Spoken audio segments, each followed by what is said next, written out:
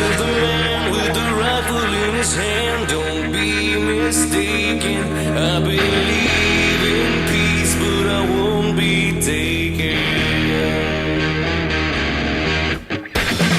I will not submit to authoritative man. I'm ready to die, but not for love. See the signs appear. It's gonna happen here. This is Liberty Underground with Alex Snicker, Danielle Alexandra, and Greg Bowen on the 1787 Radio Network.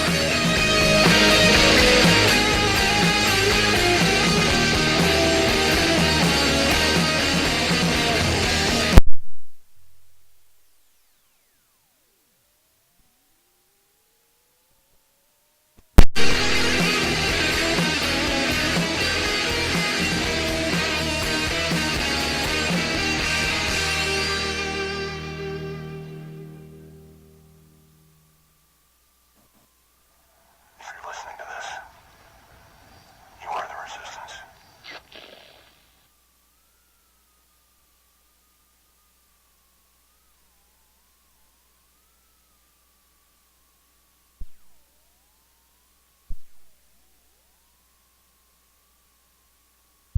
One 800-525-4032. Refresh Telecom. Hopefully everybody's having a good day. Website 1787network.com. In studio with me, Danielle Alexandre. How are you doing? I'm doing well. That's good. Glad to hear you're doing good. Also in studio with us, managing the boards, Greg Bowen. How are you doing, sir? Good. All right. We have changed the layout of where people are sitting right now. Hopefully everybody is okay with that, but it's just the way it's going to be for this show. So you just have to deal with it if you need to deal with it. I guess we can. I guess we'll get started here in a couple seconds. We want to go to the first topic of the show. Okay. Well, in Michigan, Justin Amash won re-election. I gotcha. I mean, I'll wait for you to get the story up and stuff. I don't have it. Oh, okay. Sure. Let's go right there first. There was primaries all over the country. You know, primaries happen at different times in the country, and this week they had primaries in Michigan. And in this primary, you had Justin Amash against what was the guy's name that he was up against? Ellis, a guy by the name of Ellis, scumbag. Now, this was a pretty dirty primary, and the Chamber of Commerce, the crony capitalists that they are, actually crony socialists that they are. I wouldn't even put capitalist in front of them because they really don't believe in capitalism at the Chamber of Commerce. The Chamber went pretty heavy against Amash, and they ran what would be considered a pretty nasty campaign. They called Amash Al Qaeda's best friend. They called him basically, they called him every name under the sun. Called him a lot of different names. Yeah, they called him a lot of names. They also said that, he always votes with Democrats. He shouldn't win the Republican primary because he's not one of us. I mean, they really went down a really negative road with all of their ads. Yeah. Oh, yeah. They went real negative with it. But there were some people that liked Amash, too. He got some support from, Club for Growth, a couple other places. And then, the Liberty Movement in general, I think, was really much behind Amash. Because if you're looking for Ron Paul's replacement in Congress, it's Justin Amash. Well, in D.C. In D.C. in general. If you're looking for the guy that is really carrying the mantle, it's Justin Amash. It's not even close. It's not even a close second. His son's not carrying his mantle. Amash is. And he was able to win. And the one thing that I really like about Amash is that he's not playing the game. No, and not only, every time Brian Ellis put out an attack ad, he would come out publicly on social media everywhere and basically say, this guy's lying. Yeah. And he wouldn't hold any punches. He wouldn't be like, well, I appreciate my worthy opponent. He'd be like, no, the guy's just a liar. Yeah. And so Election Day happens. Ellis loses. He calls Amash to concede, the election. Yeah. and Amash wouldn't take his phone call. You know, after everything that the guy said about, about him, about his family, I mean, because the guy even went down the road of his family and things like that, I wouldn't take his call either. Yeah. No. I don't blame him. Look, and a lot of these ones get really dirty, and then at the end, one side will take the other side's phone call, and they'll be like, "Oh, we're friends. We can be friends now." After the stuff that's said about you, I wouldn't be friends with these people either. And then the one guy uses like we have to unite around Amash now. He's the Republican candidate, and we got to unite around him. And when Amash's speech came out, he called him out. I mean, he called him out. He said, "You're despicable. You're a despicable human being." Honestly, I thought I would have wrote the speech for the guy. I was very happy with the speech that was given.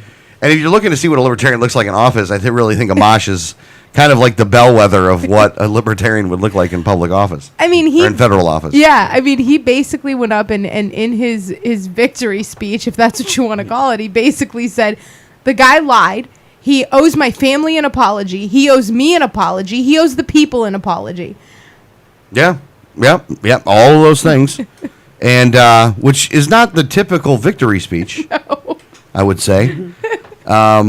But then again, Amash is not the typical politician. Right, which is why we like him. Amash did win 56% of the vote to Brian Ellis, who had 43% of the vote, which that's a 13% victory, which is a huge victory, actually. But when you look at the numbers, it's a very, very low voting number. So it was like 16,000 votes to 13,000 votes. So we would look at that because we're used to such big markets and such big districts. 3,000 votes is actually very close for us. But in that area, there's just not, they don't have the highly populated districts that we have. That was actually, a 13% swing. Yeah, so you're looking at total vote in that primary of 30,000 votes. Yeah, 16 to 13 is almost 30, a little under 30, though. Yeah. A little under 30,000 votes. In comparison, the votes in for Bill Arrakis or for average congressperson here in Florida, I think you're looking at probably 100,000, 100K in a primary with low voter turnout. Oh yeah, in a primary though. Oh, in a primary, yeah, you're going to be looking at about 100,000 votes in the primary, and in our general elections, I mean, a low voter turnout is a couple 100,000. Yeah, for a congressional seat, which, hey, that's just that's the way it is in Michigan. It's the way it is here, and I'm happy that Amash won. Look, this is the one time that I'm actually very happy that a Republican won. Like, all right, cool. Amash won. Well, Amash isn't really. I mean, he was a Republican primary, so I guess it doesn't matter. Republican's going to win, but I mean, the voters made the right choice there. I do think the voters made the right choice, and and we had someone call over the past week, and was like, well, was talking about Adrian, was like, well, would he support other candidates? And I'm like, well, it really depends on each candidate. We'd have to look at each one, and I don't know of many Republicans that he would. Although Justin Amash, that's the only one I could think of. Yeah, yeah, that would be one. That would be the one. That would be one, and it's because he's hated by his party. Right. For all the right reasons. Obviously, if they had to put Brian Ellis up against him, and the guy really was pretty nasty in the ads. Brian Ellis is a scumbag. I mean, make no mistake about it. The guy's a dirtball all day long. And it just shows how useless the Chamber of Commerce is. Useless is the word that you would use, and I can go with that thing. I'll go with. I never realized until recently how evil the Chamber of Commerce actually is. How much of an anti-capitalistic organization that the Chamber of Commerce actually is, and that they are not on our side of liberty and freedom. Matter of fact, if you are a member of the Chamber of Commerce, even on a local level at this point, I would say you need to get out. Yeah, you need to get out of those things, and you need to find another way to network with other businesses. You really do. I mean, honestly, it really it's not as public as it should be. How bad the Chamber of Commerce is, and that that is one of those organizations that needs to be dismantled. just stop supporting them. Just, I mean, you want to talk about ripe for another kind of business? Like there's no alternative to the Chamber of Commerce. I mean, you have like the Rotary. Is that really a? I mean, it's where you network. I mean, business owners network, but you know, and I guess that's more geared towards like men business owners, and then you normally have like the women's professional, business organization, but I mean, the chamber's obviously the big one. Yeah. What would you name it? Like, let's say you were going to make a new group that would be the counter to the Chamber of Commerce. Like, what would you call it? The Professional Business Network or something? Professional Business Network. PBN. I'd call it Facebook. It's for business owners, Greg. Okay, LinkedIn.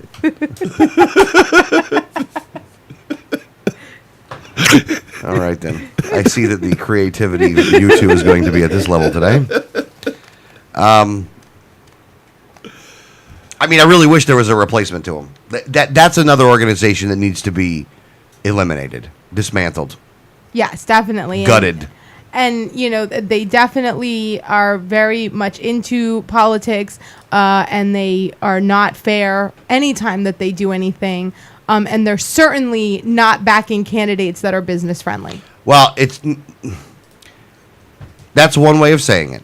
That they're not backing candidates that are business that go against them. Another way of saying it is they're actively going after candidates that won't toe the corporatism line. Yes. Yes. No. I mean, definitely. I mean, but when you go through their statement of principles, they obviously don't mean any of that. No, not at all. Not at all. And again, it's one of those things that needs to be exposed, and we need to go after them actively. And it's the kind of organization that we would need in a libertarian society. We would need something like that. We certainly don't need it the way it is now, though. Well, yeah. I mean, you want people to be able to get together in voluntary organizations, and ones that are worried about business. That would be one that you'd want to go to. A lot of people join the Chamber of Commerce not because they're cronies, but they join the Chamber of Commerce because, one, it's kind of one of those things that you do as a business owner is you join the chamber, and then this is a place where you can network and you can do business with other members of the chamber, things like that. Well, especially if you're a business geared towards other businesses, like, you're selling business if you're insurance, B2B. or, you're selling, a product that businesses use, office equipment, things like that. You join the Chamber of Commerce because that's your target market is business owners. But it's just, I mean, and a lot of professions are now moving into like more of the very, specialized organizations, like where you see like we used to just see like the Realtors Association and a couple other, main ones. But now you see an association for every different kind of business. Pawnbrokers have now an association where they meet locally and things like that. So I think just naturally people are moving away from the Chamber of Commerce. But right now you still see such a big networking opportunity there that like it's almost like you can't have that mass exodus because they're still looking to make sure their business can benefit. Yeah, I mean, well, look at it like this. Ultimately, the fault of why we are $17 trillion in debt, why we have politicians elected into office that won't do anything about that, why we have our rights being infringed upon, why we have a president that is able to kill American citizens without trial, why we have the growing police state, why we have all these different things is the politicians that are in charge making the laws. However, how are these people becoming in charge, and how are they able to hold their positions and continue to hold their positions when you have opposition and somebody is actively challenging people that believe in liberty and freedom and we get rid of the cronyism? How are these people not elected into office? And one of the ways in which you would say that is because, they're just not funded well enough. Mm-hmm. Okay, well, who's funding the other side? The Chamber of Commerce is. Right. So if you're looking at, and again, I'm putting it together. I just drew the map out here. I laid it out to play it out. if you're looking at one of the groups that should be at fault as to why we have the politicians we have, in addition to, the voters not voting the right way, some of the people believe in capitalism and believe in freedom, and when they put somebody like the Chamber of Commerce, who's marketed themselves as a pro-business organization, which they're not, they're their business organization. Right. They're cronyism. They're crony capitalists or crony socialists or whatever you want to call them. I mean, scumbag pieces of junk, if you want my opinion. But I mean, either way, that's the people that are putting them in there, and so you have to call them out like you see it. And Chamber of Commerce, screw you. You're the reason you're one of the reasons we're in this problem right now. You're one of the reasons we have a state legislature that does what it does. It is on you. No one else. It is on you. And if you're listening to this program and you're a member of the Chamber of Commerce, then here's the thing. One, you can prove me wrong, which you can't. Not that I'm ever wrong, but there's just enough evidence on this one to lay it out where it's not even close anymore. Oh, not that you're never wrong. Not that I'm never wrong. Not that I'm ever wrong. It did actually come out correctly. Yeah, not that I'm ever wrong, and not that I'm never wrong on this one. But ask yourself: they're supporting guys that were against Amash. You tell me what they're doing. You give me an excuse as to why they're acting the way that they're acting. And then you also tell me that your participation and your financial contributions to that organization is not helping them go against people like Amash. You tell me that. Well, because your membership dues are going to pay Brian Ellis. That's what they did. That's what they did. In Michigan, that's scumbag what they did. Brian Ellis. Yeah. Piece of junk. I watched his interview afterwards, and it's amazing what a scumbag he is. Well, and he's still, even with Amash saying, he owes everyone an apology and I'm not taking his phone call and he's a liar. He's like, well, we have to get behind the Republican candidate. Like, he's such an establishment guy, and you can just tell by the way he speaks, like he is going to do whatever the Republican Party tells him to do. Well, and the Chamber of Commerce is going to go support the Democrat against Amash. You think so? Yeah. I haven't seen. I mean, I didn't see it. I didn't really look. I bet dollars to donuts it will. That they will. Yeah, I think so. Yeah. Mm-hmm. I think they're gonna. Again, they don't. You remember that they're not necessarily just Republican hacks either. Oh no, that's true. They are establishment. Yes. Again, they're establishment Republican hacks. No, I definitely, and I don't know who Amash's Democrat challenger is. That's a woman. Yeah, and I've heard, from all polling numbers, it looks like she really doesn't have a chance against him. It's a really red county or really red district. Yeah, so I really didn't look too into it, but and of course I saw all week long how the Liberty Republicans claim that Amash is a win for them. The Tea Party claims that Amash is a win for them. I think, I don't know, because they all come out and say, well, we're winning. Look, we have Amash. And I don't think 1 out of 535 is you winning, by the way. But you had a lot of losses, too. Well, I think Amash. Well, and again, anybody can go try to take claim for any of this, but I really think at the end of the day, Amash won for a couple reasons. One, I bet you he did the work he needed to do in order to win. Two, the reason that people wanted to vote for him is he's made all his votes very transparent. Right. I mean, he is the most transparent representative in Washington by far. Not even close. There is not a second. And he does go out and not pre-screen questions. And will go out and does more town halls in his area than any of the other people do in their area. Those are the things that really got him the win. Yeah, Amash won because his district likes him. Yeah. It's not like, we got one win here. No, Amash got the win for you guys. Yeah. Please quit telling that lie, you bunch of. You're just jumping onto his train because. Yeah. In all honesty, his district liked him when he was a state house rep for the state of Michigan. Yeah. They liked him as a congressman, and this is one of those things where he's not new to politics. He was not new to politics when he won Congress. Yeah. So he had already served a few terms in the state house in Michigan. He was very well liked there, and nobody even knew who he was when he first ran for state house in Michigan. So I don't know if anyone can claim him as a win. He just is really, really liked in his district. Yeah. Yeah. And that's why they had to get so dirty in their attack ads, clearly, because he is so well liked, and they can't just count on being able to beat him on merit, because they won't. Right. He's just really, I mean, and, he comes across as an honest guy. People like that, and no big surprise. But, people like that. His district likes that. He did very well in the state house in Michigan, and they liked that and said, you know what, you did such a good job. I think you would do a good job in Congress, and I like you. And so far he has. Yeah, and so far he's done great. But, like, I just think it's such, and I don't even know the word for it, but you just see everyone use that this week as like, look, we're winning. We're winning in the GOP because of this one person. But yet they had other people lose. Senator Lamar Alexander is basically going to go back to the Senate. I mean, he's in a very red district against a now Democrat challenger who, isn't going to be much of a challenge at all. And he won against, their Tea Party challenger. So the Tea Party goes up against someone like Senator Alexander, and they lose big.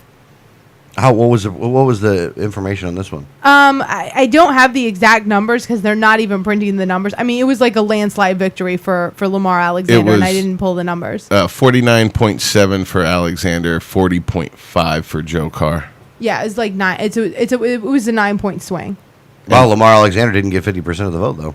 Yeah, well, there was another Republican candidate, George Flynn. It was a three-way race. 5.2% of the vote. So when you consider the split on that, he did get trounced. Yeah. And this is someone who's been up there too long and, is in a very red district, so he's going to win. I mean, the Democrat, they put up not even a paper Democrat last time. When the last time he was elected, they put up the guy was like a drywall installer. And it was just like, oh yeah, okay, I'll run. And it was like a big joke, like this Democrat. Now they have the Democrat now is going to be an attorney. When I pulled this story, it didn't have which one of the two attorneys that were running actually won. But they're like, well, at least the Dems won't be a joke this year. I wouldn't say they were a joke when they put the drywall guy up. Well, no, he was. I mean, he said things that were like way off the wall and just, was like, sure, okay, I'll run. Like, he wasn't like a serious candidate. All right. I don't think that bothers Alex. Honestly, I don't see lawyers as being serious candidates, but okay. I mean, again, lawyers are scumbags. Let's just go down that road. Right. I'm not saying that they're not. What I'm saying is the challenger is this time is at least trying to win the seat. Oh, so you're saying the other guy wasn't campaigning or nothing either? Right. He wasn't even really trying to run. Oh, okay. Well, then that part's bad. I don't care about his job profession. His job. I care about the fact that he's trying or not. So okay. I'll go down the road. You're right. No. We'll go down that road. And so now we got Lamar Alexander coming. No, great for liberty. I can just imagine all the pro-freedom votes that Lamar Alexander is going to do when he's up there. Yeah. And wait a second. He's already up there right now, right? Right. Oh, I'm sorry. Probably voted for the TARP and the bailouts. Probably voted for the NSA spying on everybody. Oh, wow. Great job, Lamar Alexander. How old is he? Oh, he's not young. Well, looking at this picture of him, I'd guess 60s. 60s? That's still a long time, though. Yeah, it's not old enough. He's not gonna kick the bucket. Like, he ain't Bill Young old yet, right? No. He's not Bill Young old. Well, I mean, Bill Young is dead, so I don't know if you... Yeah, but you know what I mean by Bill Young old, though. You know what I'm saying? He's not. I mean, we know he's not Bill Young old, unfortunately, but I mean, No, he's not. He looks like he's gonna be able to make that term. Oh yeah. He's got another 20 years in him. Ah, damn. 20 years? Yeah, probably. Maybe 15. I was going to make a very off-color joke right there, but I guess I'll save that joke for at a later time. These people offend me. It's funny that he's considered part of the reasonable caucus in their party there in Tennessee, and he thinks that video games are a bigger problem than guns. Video games are a bigger problem. Well, I mean, I don't necessarily think guns are a problem or video games. That just says it right there. Now, and they look at him. He was a presidential candidate at one point. He Really? Yeah. He was a 2-term governor of Tennessee. I mean, he's basically been in politics forever. 2-term governor in Tennessee. I used to give the people of Tennessee more credit. Why? Well, first off, they reelected this guy. He was a 2-term governor, so he's already been in office a long time. They already know what kind of a bad person he is. And they elected him again. Boy, Tennessee. I got to tell you, I think we ought to change your name from the volunteer state to the dumbass state. Or the gullible state, or the state that I don't really care about politics, so I'll just let this dumbass go up there. Wow, Tennessee. Hey, we know some people from Tennessee, don't we? Yes. I'm going to start making fun of them for this. Don't get me wrong, I live in Florida. Well, yeah. It's not like politically we have anything to be nice about. I mean, we got Skeletor against the Tan Boy against Adrian. I wonder if Joe Carr got the endorsement from Sarah Palin, which seems to be the kiss of death. Yeah, I wouldn't want Sarah Palin's endorsement. Yeah, I actually think Republicans. You betcha. I think Republicans look for Sarah Palin and then ask her to support the person that they don't like. Yeah. There might be some truth. Like, to that. we may see a Sarah Palin Adrian endorsement. God, I hope not. I'd have to quit supporting Adrian. I don't have any real numbers. I just now kind of put this together. But has anybody that Sarah Palin's ever endorsed won? No, there has been some. She has endorsed some winners. Oh yeah. Okay. Well, she really liked Michelle Bachmann. She's a winner. Well, she won. And she said yes. Well, she's a winner for us. I wouldn't call her a winner, but she was in office. I mean, there's some ways that you can call Michelle Bachmann a winner. When it comes to entertainment, Yes, definitely a winner. When it comes to caking on makeup, Also a winner winner. all day long. Yeah. I don't know of a person that cakes it on more than she does.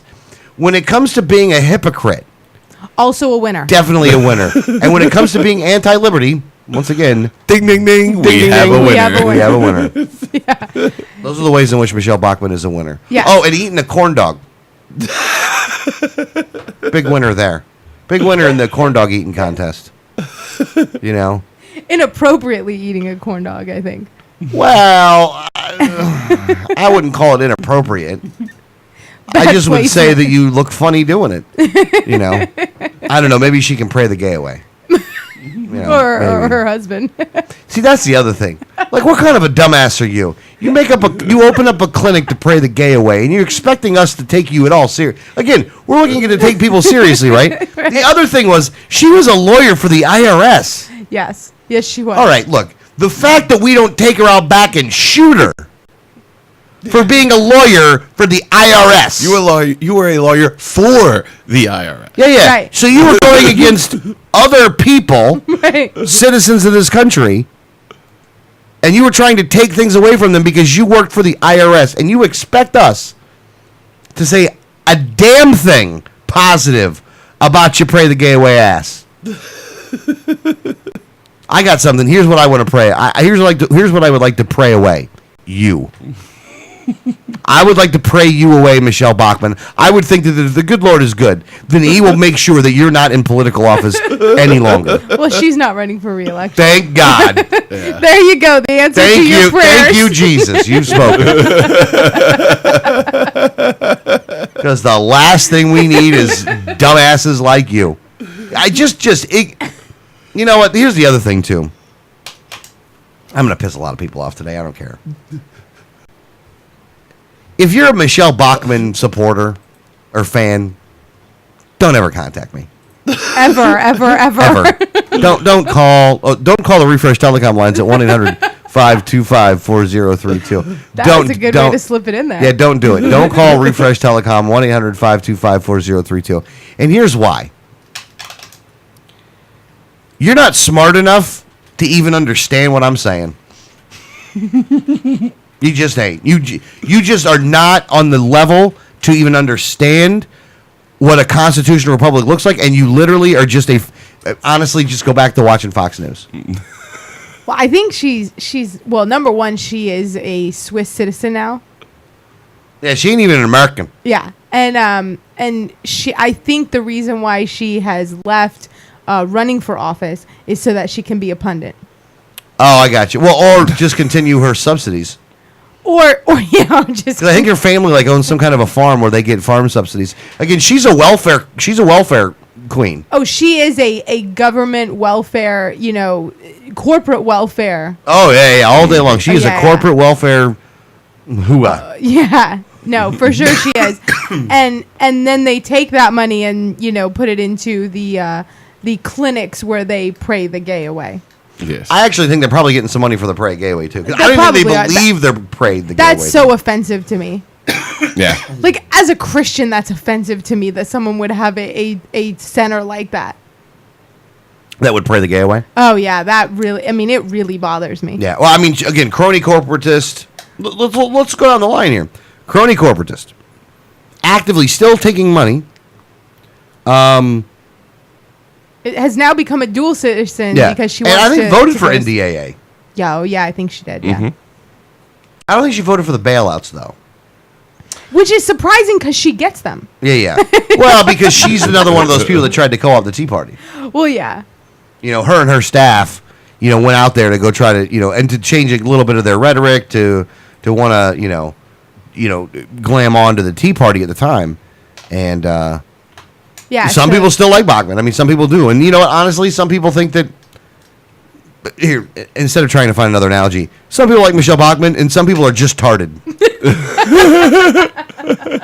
if you like Michelle Bachmann, then you're just friggin' tarded. You're stupid. You're dumb. You don't even understand politics at all. Stay out.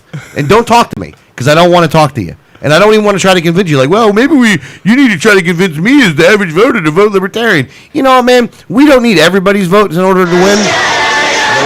Whoa, what are you doing over there? I hate when videos start playing in the background. Oh, did you go to a story that had a video? I thought you might over there starting a chant to pray the gay away, Greg. I'm trying to have things pulled up so I can actually participate intelligently and see what happens. It's going to take a lot more. That'll learn you. It's going to take a lot more than that, Greg. It's going to take a lot more than that. Yeah, just how do we get to Michelle Bachmann from I have no That's idea. totally my fault. I brought up Sarah Palin and it just went overboard from there. That's my fault. You know what? Honestly, we're going to have a couple moratoriums right now. Okay. All right, there's 2 moratoriums that we're going to start today. 3, actually. There's 3 moratoriums that we're going to start today. Lamar Alexander, that's one. Oh, so we cannot bring up Lamar Alexander Yes, anymore. from now on, if you want to bring up Lamar Alexander, it's Twiggy. Okay. All right? All right. No more Sarah Palin. At all. If you're bringing up Sarah Palin, what word are we going to use for Sarah Palin?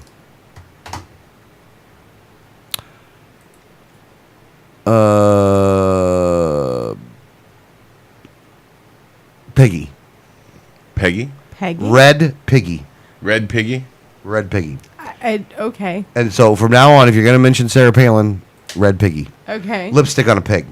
Oh, okay. Because I'm like, well, I don't get the reference. I got you. Red Piggy, lipstick on a pig. I thought it was like some movie I'd never seen. All right. And if you're going to, and no more Michelle Bachmann. If you're going to mention Bachmann, it's corn dog sucker. That's what we're going to go with from now Red on. Pig is corn dog sucker? And Twiggy. And Twiggy. Twiggy. Well, the likelihood of Lamar Alexander ever getting mentioned on this show again is Ever pretty again. slim. But Twiggy. Oh, Twiggy. Well, you just mentioned him again. You said his name. It's Twiggy.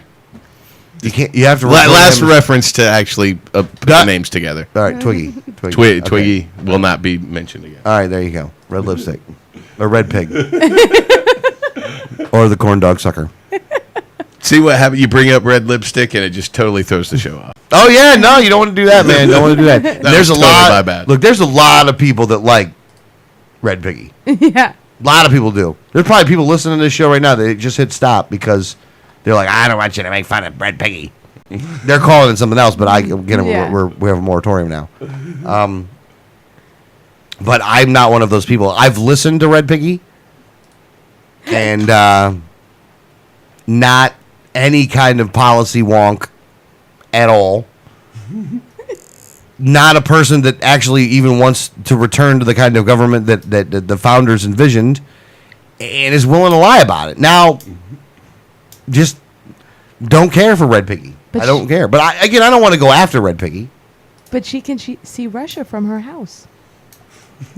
Yeah. I mean, don't get me wrong. There's some, and let me just say this, though. Red Piggy ain't ugly. No. And clearly, she's got good vision. Yeah, and clearly she has good vision.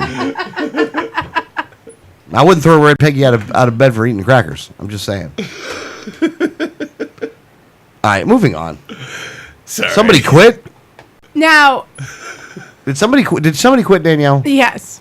Was it Red Piggy? No. Was she? No, she did quit, actually. Well, yeah, she did too. But we talked about this before. Senator John Walsh, actually, and he's a Democrat from Montana, was going for re-election, and there was some stories that came out that he plagiarized large portions of his 2007 research project. In 2007. Yeah.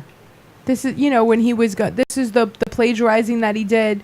Remember, we talked about Senator John Walsh when they looked into his records, his school records, because he was like, I'm this accomplished scholar, and it came out that he's an accomplished copy and paster.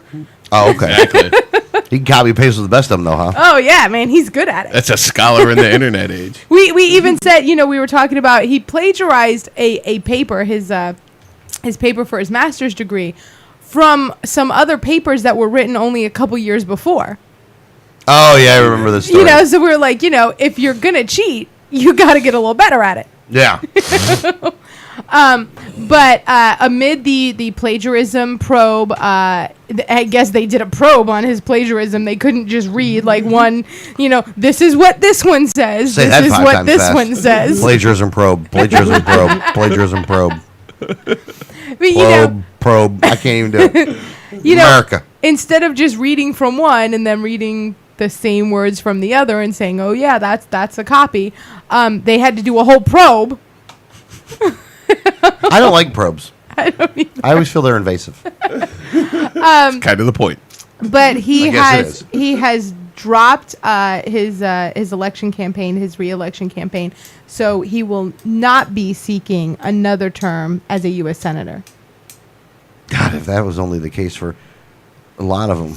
I mean, there's been a lot of people that get caught in plagiarism stories, and But I mean, I'd like to see all of them not run for office anymore. Including the junior senator from Kentucky. In this day and age where you can't even get people to Google an answer, someone who actually will Google it and then copy and paste it, that is a scholar. So you're saying he shouldn't have quit? Probably not. He should be head of the copyright task force. he should be running the Library of Congress or something. Yeah, that's a good idea. there you go. Maybe he'll get appointed for that. Maybe Obama will appoint him. Well, He's not in Kenya. We appoint him that because it would just be like Andrew Cuomo, who made the committee on corruption and then corrupted the committee. Exactly. Now, hang on a second. Let me ask you a question. Is there another Democrat in this race? No, they're actually scrambling to put a Democrat in the race now at this point. I think there's a Libertarian in the race, though. In Montana? I mean, I'm sure that story that's a national story is It not going does to tell not you. tell me that. I can use Google. Pull so up I can Montana Google it. supervisor of I'm a elections. scholar. I think there might be a Libertarian in that race. Let me look. If there is, I might want to send him money. Or her money. Depending on if it's a him or a her. What are you doing over there? She's typing. What are you typing? I'm looking for the Libertarian candidate for U.S. Senate in Montana. Oh, are you? Oh, okay. Well, we talked about that. I'm glad you're doing that. Oh my gosh. I just told you I was going to Google it for you. Yeah, I know. I heard that about you. She's your own personal Wikipedia. You're my own personal Wikipedia. My own personal Wikipedia. Are you going to get He's there or lost what? without a computer over there. I know. No, I'm just. I don't need a computer today. I don't need it. I need America. It's just the one. Here's the thing. You know what happens to libertarians? What's that? Is that the websites that do cover them in the race are the websites that have to spam you with ads before you can get to the story. That's true. Unfortunately, that's true. They do have to find ways to make money. It's because they're not getting any corporate money. So Yeah, and they ain't getting any Michelle Bachmann money, they got to pay for their website with every click. and they're not worried about praying the gay way. So I did find the story, but I had to click through all the ads that popped up to get to it. Oh, my bad. So tell us a little bit about what's going on up there. But in Montana, back in June, so just about a month ago, a libertarian, Roger Roots, will be on the stage with the general election debate for U.S. Senate against the Republican. It doesn't mention the Democrat. But it looks like not only is there a libertarian candidate in the race, but he will also be in the debates. Are you sure? I mean, wouldn't it have the Democrat listed there because he's the incumbent? It says Democrat U.S. Senator John Walsh, the third candidate in the race, is not objecting, and in fact has made it a point to invite Roots to take part in future debates among the 3 U.S. Senate candidates. Very nice. I just hadn't read all the way through because another ad popped up. Yeah, there's a lot of ads in that one. And they pop up so you can't get, like, it's not like you can just read and see the ads next to each, on each side. But, like, if you move wrong, it pops up and takes up your whole screen. Bastards. Was there any ads on praying the gay way? There is not. But the libertarian candidate, Roger Roots, is a 46-year-old college professor from Livingston. And he admits to some things that he shouldn't. But Like what? It says Roots, a 46-year-old college professor from Livingston, who admits to having written racist tracts and being involved in skinhead politics in his 20s. This is why we can't have nice things, man. This is why we can't have nice things. What the hell? What the hell? Damn it! He teaches sociology and criminal justice at Jarvis Christian College. A historically black college. What? A historically black college in Hawkins, Texas. Yeah, well, he's really trying to make a turnaround for his skinhead past, apparently. I mean, apparently he doesn't believe those things anymore. He just Robert to Byrd do was it. in the KKK, and he's in the Democrats. Well, I mean, I guess what he's basically had said was, yes, I did do that. I did that in my 20s, and apparently does not have those feelings anymore.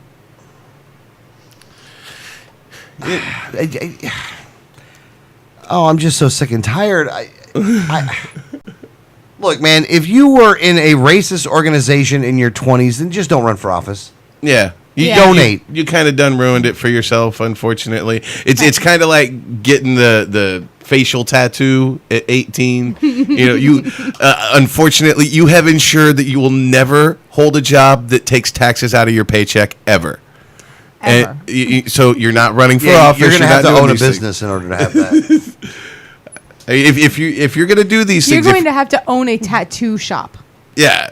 If you're going to get a facial tattoo, you're going to have to be a tattoo artist, or like be in a punk band or something.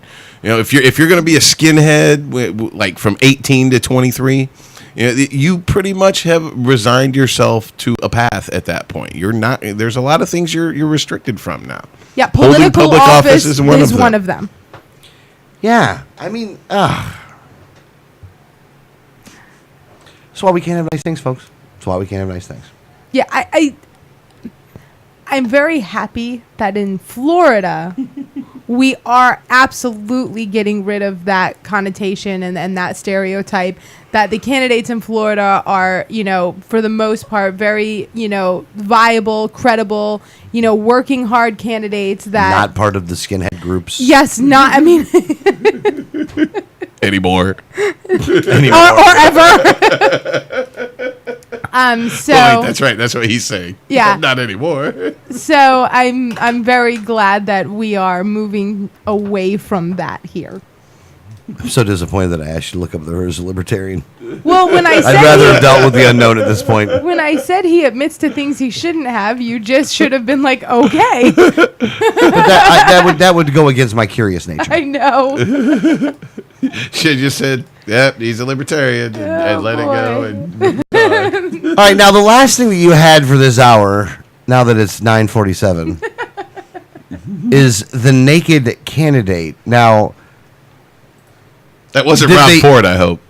It was not. oh yeah. First off, when you hear the term naked candidate, it really is hoping that you don't like have the wrong person as naked candidate. Like, I'm not looking for a visual that's going to mess me up for the rest of my life. I don't want the kind of visual that will require, serious counseling for the next 3 years in order to try to get over it. It's the first time you were hoping it was a Pam Bondi story, huh?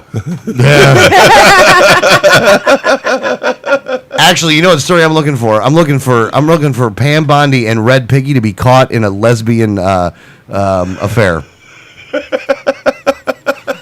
Michelle Bachmann would really have to run to that. I don't scene want and Michelle start Bachmann involved in praying. any of that. No, I yes. don't. I want. You know what I want Michelle Bachmann involved? I want her on the side praying the gay away, Yeah, and it not working. that's just wrong. But Actually, that's kind of a good time now. That I think about it. I'll commission that. in Oh, I'm sorry. The corn dog sucker. in New York City, everybody knows they have like the naked cowboy. It's like a big, thing. But he's not naked though. He's wearing underwear. He is, but Honestly, I hate the naked cowboy for the simple fact that he's not naked. He's wearing underwear, and he should be labeled correctly. the underwear cowboy. The I'm in Muscovy's cowboy. But and that's a In my drawers. kind of an icon down in Times Square and stuff. Well, the Board of Supervisors candidate George Davis, he's actually a candidate from San Francisco. He actually went to Times Square to campaign for the right to be nude in public. And so he stripped down naked. All the way? All the way. Like full moon, the whole nine? It says The full Monty? The full Monty. It says after Davis's speech, he conducted interviews stark naked.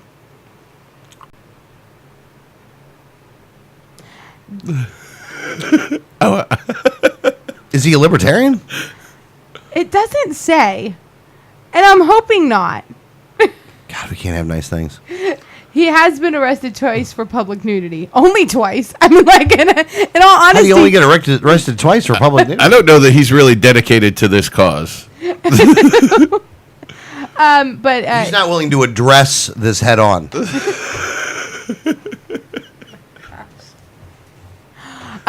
so he has a basically he is running solely on the platform of being able to lift the public nudity ban. Well, hey, look, this guy's putting himself out there. Yeah. He's looking for your support. He's gonna show you his soul, man, and his wiener. Just tell me he's not a libertarian, please. It does all I not need to know. say. Look, you need to look up the guy's name, find his website, his campaign website, and tell me that he's not a libertarian. I want a little bit of. Look, I'm on the bridge here. All right, I'm on the bridge. I'm ready to jump off today. I need you to bring me back in, and the only thing that brings me back in right now is to find out that the naked candidate is just not a libertarian. Just don't be a libertarian. I'll take the libertarian, the naked candidate as a libertarian all day over the former skinhead. Well, that's true. Now that's a good point. What if it was a naked skinhead? That's bad. That's bad. Yeah, that's bad. And I'm not saying that he's right in doing it, but he's standing up for what he believes in. Who's that? The naked candidate. And is what he believes in really all that bad? Is public civil disobedience, running around naked? He's a Democrat. All right. There we go. You guys can claim him. No, and it's not even that I don't agree with him on the issue. It's that if that's the sole issue that you're running on, that's why I don't want him to be a libertarian. Yeah, like you're not paying attention. Now, I want to answer your question, by the way. Oh, man, I don't know how I'm going to say it this way. But I'm going to have to be a little bit of a status right now. I'm going to have to apologize for my statism. I think that you should have to wear clothes when you're walking around in public. Like, why? I don't know. But I'm just thinking about it here. I'm going to have to... Hold on, we'll work through this real quick. I do think that walking around naked is not the right thing to do in public. Why? I don't know. I just think you should. Because you've been told that you should? No, because I don't really want to see I really don't want to see it. There's a lot of people I would never, ever, ever, ever, ever want to see naked. Yeah, but quite for frankly... like common decency reasons alone. Quite frankly, they're not that better clothed. Well, while that's true, it doesn't give me the visual that might cause my wiener to go inside my body. You know? Like, I want to be able to keep that guy out, hanging out, having a good time. That wouldn't help. Danielle, what is your thoughts on this? Should you be able to walk around in public naked? You know, I don't really have a whole problem with it. Do you think... Hold on, let me ask you this way. If you were walking around naked in the mall... I wouldn't do it. Well, what if you went to the mall and somebody was walking around naked? Like, it wouldn't bother me. I'm in full support of public nudity, by the way. Really? Yeah, I have no problem with it. Man, you know what? I totally agree with you that there are people out there, and I say this all the time when I've been to nudist camps and stuff, and I say this all the time. The nudists are always the people you don't want to see naked. Absolutely. But here's the thing. The rest of the world is not obligated to be attractive to me. Whether or not they are attractive to me does not mean that I should be able to force them to wear clothes. Well, look, I'm pro nudist camp. Like, if you are a private business owner and in your establishment you think that the clothing should be optional, I'm all for that. All for that. But in public, you don't want to see somebody standing there at the bus stop naked. I'm not looking for the twig and berries then. No, and I'm not looking for your naughty lady parts. You know, I don't need a hump. You know, I don't need the hump there. I think in private establishments, you should be allowed to be able to have a dress code that would be nothing, just your birthday suit. But in public, I would differ there. Yeah, I don't generally find a problem with it, but I do, I think that there are enough people who would not like it that you would end up because I think a business owner would be able to say you can't come in here nude. So, well, yeah, no, exactly. I think that either way that the business owner can go, yay or nay on that stuff. So if you are walking around naked in public, but you can't go into the places you need to go into because they're, clothes only, then what ends up happening is there's no benefit to you walking around nude because you can't get anything done. Well, I'm sure you'll be able to get something done. Depends on your nakedness. It depends on what your naughty parts look like. You got good looking naughty parts, man. You can get a lot done. I don't know. I don't. Now, and again, this is not one of those things where I'm not, I'm against it. But if they made a law that says everybody can walk around naked, I wouldn't be going to City Hall to complain. They don't need to make a law to do that. They need to make a law against it because all you can do is walk around naked unless you get something else. Well, yeah, they could, yeah. If they cleared all the laws up to where you could walk around naked, whatever, Greg. You just want to walk around naked. I don't know why you want to walk around naked. I don't want to see you naked, and I don't really want to subject you people to that. So I wouldn't really walk around naked, but I don't have a problem with it. You don't have a problem with it, though. Yeah, No. and I wouldn't participate. I have no desire to walk around naked. I don't do that anywhere. Well, I'm hoping that when I get into my 70s, that I do. You're just like, I don't care. Just because I don't want to care anymore. Like, I just want to be I want it to be like a dementia period where I walked around and was like, I don't know what I'm doing. I don't know. Where's my clothes? Where's my clothes? Was to be able to be mean to kids for no reason and have nobody give them a hard time about it. Yeah. Like, I want to be considered like crazy, is what I want. Crazier, I guess, but yeah, I was gonna say. No, I still, in our 70s, do not want to be walking around naked. Yeah, well, just not being in a diaper is going to be enough for me. That you will have to wear. Yeah, maybe not, though. I just might shit my pants. I don't care. All right, so, yeah, naked politician, though? Like, that's your... Imagine that starting a party. Maybe imagine the naked party. Imagine those conventions. Well, think about it. Is it really any different from somebody whose main issue is legal cannabis and lights up a joint in front of a crowd? Well, here's the thing: is I like that. Well, I actually don't. I don't like when candidates are single issue. You're not unless you're running for the Cannabis Regulation Board, you shouldn't be a one issue candidate. I would say this, though. If there is a Cannabis Regulation Board, I do want that guy to be a one-issue candidate. I want the naked guy on the Cannabis Regulation. Yeah, I don't need the naked guy on the Cannabis Regulation Board. But here's the thing. If you're running for a political office where you're going to be in charge of other things besides your single issue, I don't want to hear about only that issue. Oh, well, I agree with that. Unfortunately, it doesn't always work out that way. We have 2 county commissioners that ran solely on, we're going to put fluoride back in the water, and they totally won. So now they're serving on the commission.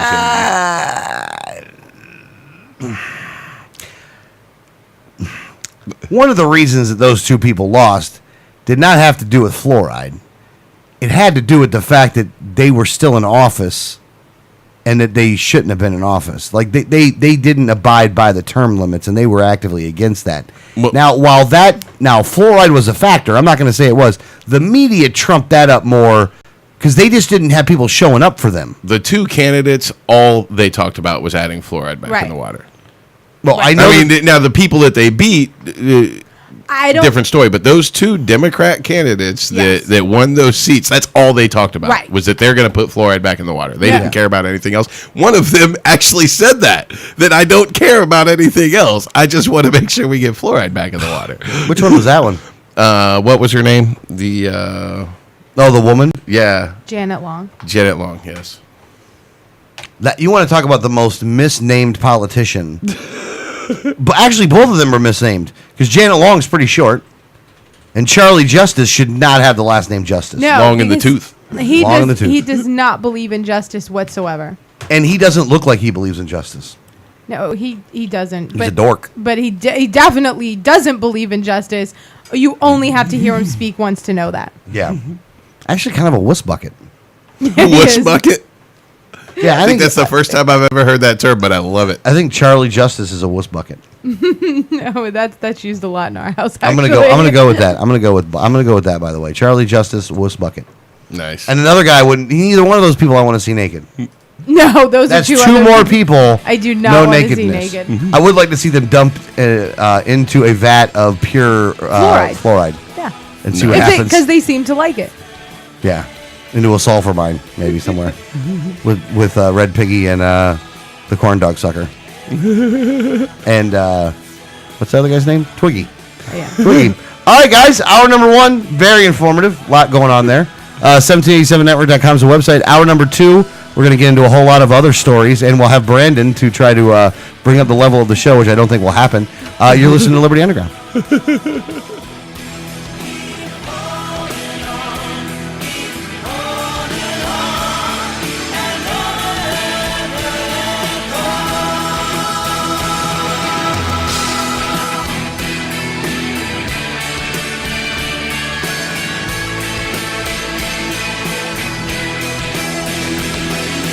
Hi, this is Gary Johnson, and you're listening to the 1787 Radio Network. Are the people hearing our message, and they're realizing that the libertarian philosophy is essentially what most people believe. It's the simple philosophy that government should be limited, held within its constitutional boundaries, and that other than that, should pretty much leave people alone to live their lives as they see fit, so long as they're not harming anyone else. I'm Adrian Wiley, Libertarian candidate for Governor of Florida, and I approve this message. Facts about the red light cameras. Fact, you are guilty until proven innocent. The Fifth Amendment to the U.S. Constitution grants you the presumption of innocence. Fact, red light cameras cause accidents. Accidents are up on an average of 40% at intersection with cameras. Fact, cameras punish technical foul violations. Over 80% of tickets are written when the red light is on, under 1/2 second. Join the fight at www.banthecams.org. www.banthecams.org. If you received a ticket in Florida, contact Oropesa Law Offices, 800-774-9883 or tacklemyticket.com. Attorney Oropesa understands the stress associated with being charged with a traffic ticket. In many non-criminal ticket cases, there may be no court appearance, no points, and no traffic school. Attorney Oropesa handles criminal violations, DUI, and license suspension matters. Don't face these serious legal matters alone. Initial consultation is free. Call now and you will be advised about any potential defense, constitutional rights violations, the possibility of having your driving privileges restored, or preventing a suspension from going into effect. If you've been classified as a habitual traffic offender, have a driver's license suspension matter, or a pending DUI case, call Oropesa Law Offices now so you can be advised about your particular case. Call 1-800-774-9883 24 hours a day, 7 days a week, or visit tacklemyticket.com. Main office in Pinellas County and serving all of the Tampa Bay area. Find out more at tacklemyticket.com. Mention Liberty Underground and get 25% off. Liberty starts with a like. Facebook.com/Liberty Underground. You know Going Postal offers shipping with UPS, FedEx, and DHL International, and they're a full-service post office. And Going Postal is not just your one-stop shop for shipping. They offer copying, laminating, faxing, packaging, and they even have a notary public service. Visit our friends at Going Postal at the following convenient locations: Palm Harbor at the corner of Tampa Road and County Road 1 in the Sweet Bay Plaza, St. Pete on 66th Street just south of Tyrone Boulevard near Publix, and be sure to visit their newest location at 35595 US 19 North at Alderman Road next to Publix in Palm Harbor. When the unthinkable happens, it doesn't matter if you save money in 15 minutes. It doesn't matter if your neighbor has the same insurance you do. In this moment, what matters is the quality of your independent agent and the company that stands behind them. Auto Owners Insurance has been recognized as highest in customer satisfaction with the auto insurance claims experience 5 years in a row by J.D. Power and Associates. For award information, go to jdpower.com. Call Row Insurance in Newport Richey today at 727-376-0030.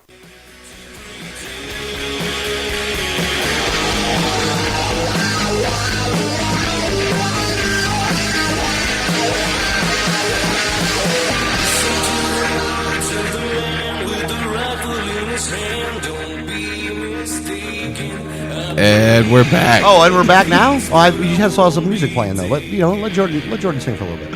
He's not going to submit to authority. And I'm not going to submit to authority. I'm going to drink some of my Gatorade that I got for 69 cents. Oh, by the way, it is funny sometimes that when you, like, stores will have weird sales at times. Weird sales. Mm-hmm. I'm down in South Florida. We're at the Armory. They're having a gun show at the Armory.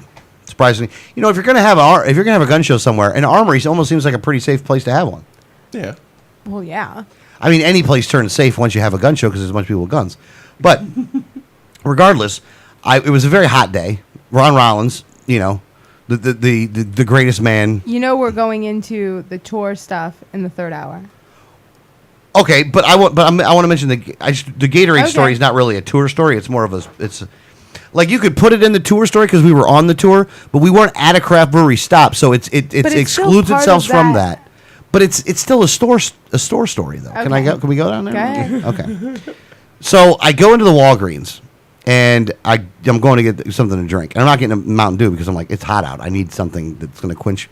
Like I've sweated profusely at this point, And I walk in there and I pull up a Gatorade. And she's like, "Do you have a Walgreens card?" And I'm like, "No." And she's like, "Well, if you had one, those would be 69 cents." And it didn't even register. And I'm like, "Well, I'll get a here's my phone number." And they pull a phone number up, and one of you guys already has a Walgreens card. Yeah. So now I have a Walgreens card that I didn't even know about. And then she's like, "Well, it's 69 cents." And so finally, as I'm checking out, I'm like, "Hold on a second. Did you say 69 cents?" And she's like, "Yes." I'm like, "Is there a max number that you can buy here?" She's like, "No, you can buy as many as you want. Matter of fact, there's cases of them sitting over there." I'm like, "Really?"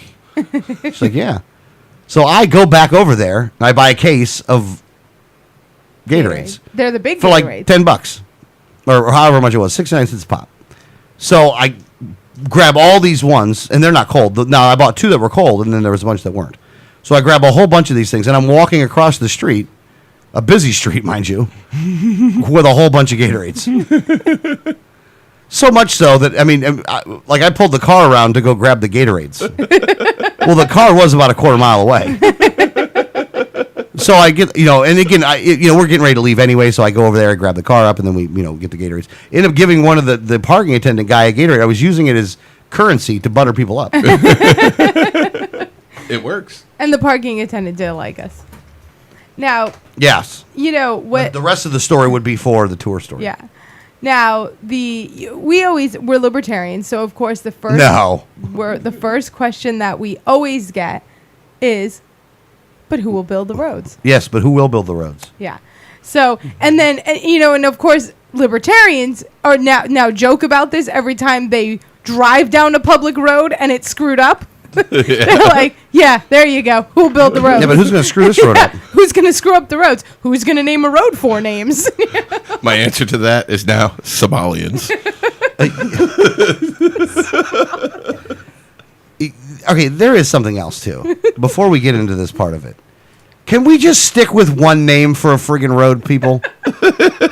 I am really sick and tired of 4 names for a road. Because if you have a GPS system that talks back to you, that has to name all the names of the road, you almost have to make the next turn. And if you stray off course at all during that time frame where that road's involved, you're never going to get back on track if you're just listening because it just won't stop talking. You're screwed. If there is a turn and you have to make an immediate turn and the first road has 4 names, you will miss the second turn as it's saying the 4 names. Well, what if you were on a 4-name road and you have to turn onto another 4-name road? It's like listening to War and Peace. I don't like it. I've noticed that. I never saw that up north. Down here in Florida, that's very common to have a name with a road with lots and lots of names. And the further south you go, the more names they have. Yeah. Yeah. By the time you get to Miami, I swear it takes a minute and a half to name off all the names from the GPS in the road. Yeah. No, you're right. It does, and it irks me. It really does. Here's the thing: just give it a name, one name. You can give it a number name. You can give it a name. I don't care. Just give it one name. It's either 50 or it's Colonial Drive. It's not both. Or in South Florida, it'll be 50 West, 37th East, Colonial Drive, Coral Way, and then someone's name, Ponce de Leon Circle. Yeah. All at the same time. You're like, wait, what? Am I on 50th, 37th? What was that name again? Or where are we? I actually think that there is a contributing factor to the divorce rate in this country based off of multiple names for roads. I don't think it's a large amount. I think it might be less than 1%. But I think that there is a portion of the population that has gotten divorced because they were arguing over multiple names. They were both right, but they were arguing back and forth with one another. And then they were like, I'm just getting divorced. We have actually been on the road in South Florida where I'm like, okay, well, you have to turn on 50th Street. And 50th is one of the names on the list, but the top name was like 37th. And he's gone to the other one that said 50th and been like, we're on the wrong road. And I'm like, well, but this is what the GPS says. And then we have to go back and read through the list and go, oh, it's 37th and 50th. And I'm like, well, I only knew the one. Yeah. Oh, yeah. And you should never be able to give it 2 numbers. Yes, that is a crime. Numbers. In my opinion, that's a felony. Yeah. That's a felony. 2 numbers is just wrong. No road should have 2 different numbers. Yeah. And never off of a politician either. I am so sick and tired of roads being named after, or buildings being named after politicians. It really irks me. Because it wasn't even here's the thing. I wouldn't mind a politician's name being on a building if they paid for the building. Right. But when the taxpayers pay for the building, and they're just the ones that got them the money, I really don't think that your loan shark should be able to be on the name. Your loan Yeah, that's what it comes I mean, I'm just saying. But yes, so for all the people who ask a libertarian, but who will build the roads, just understand that we use your question as a joke as we travel the government-built roads. That suck. That suck. Yes. So what's going on with this thing in London? Is it in Leeds? It is not in Leeds. It's Is it in Stalingrad? No. That's not even in England. Yeah. But it is between Bath and Bristol. Oh, Bristol. Yeah. So I thought it was in England, not in Tennessee. a British businessman who was tired of the public works kept closing off the road near his home. So, he would go to leave his house, go to travel wherever he needed to go, and the road was constantly closed. And he went over to the public works and said, how long is this going to keep happening? And they said till at least the end of the year. So he got, angry and was like, this is ridiculous. Nobody can go anywhere. So he had land that actually connected Bath and Bristol, and he took it upon himself to build his own road. How long is this road? It's a 365 meter long bypass.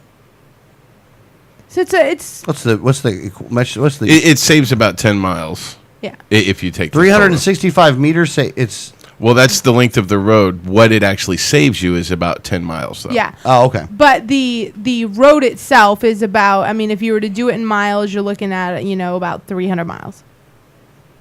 It's a 300-mile road? Yeah. No.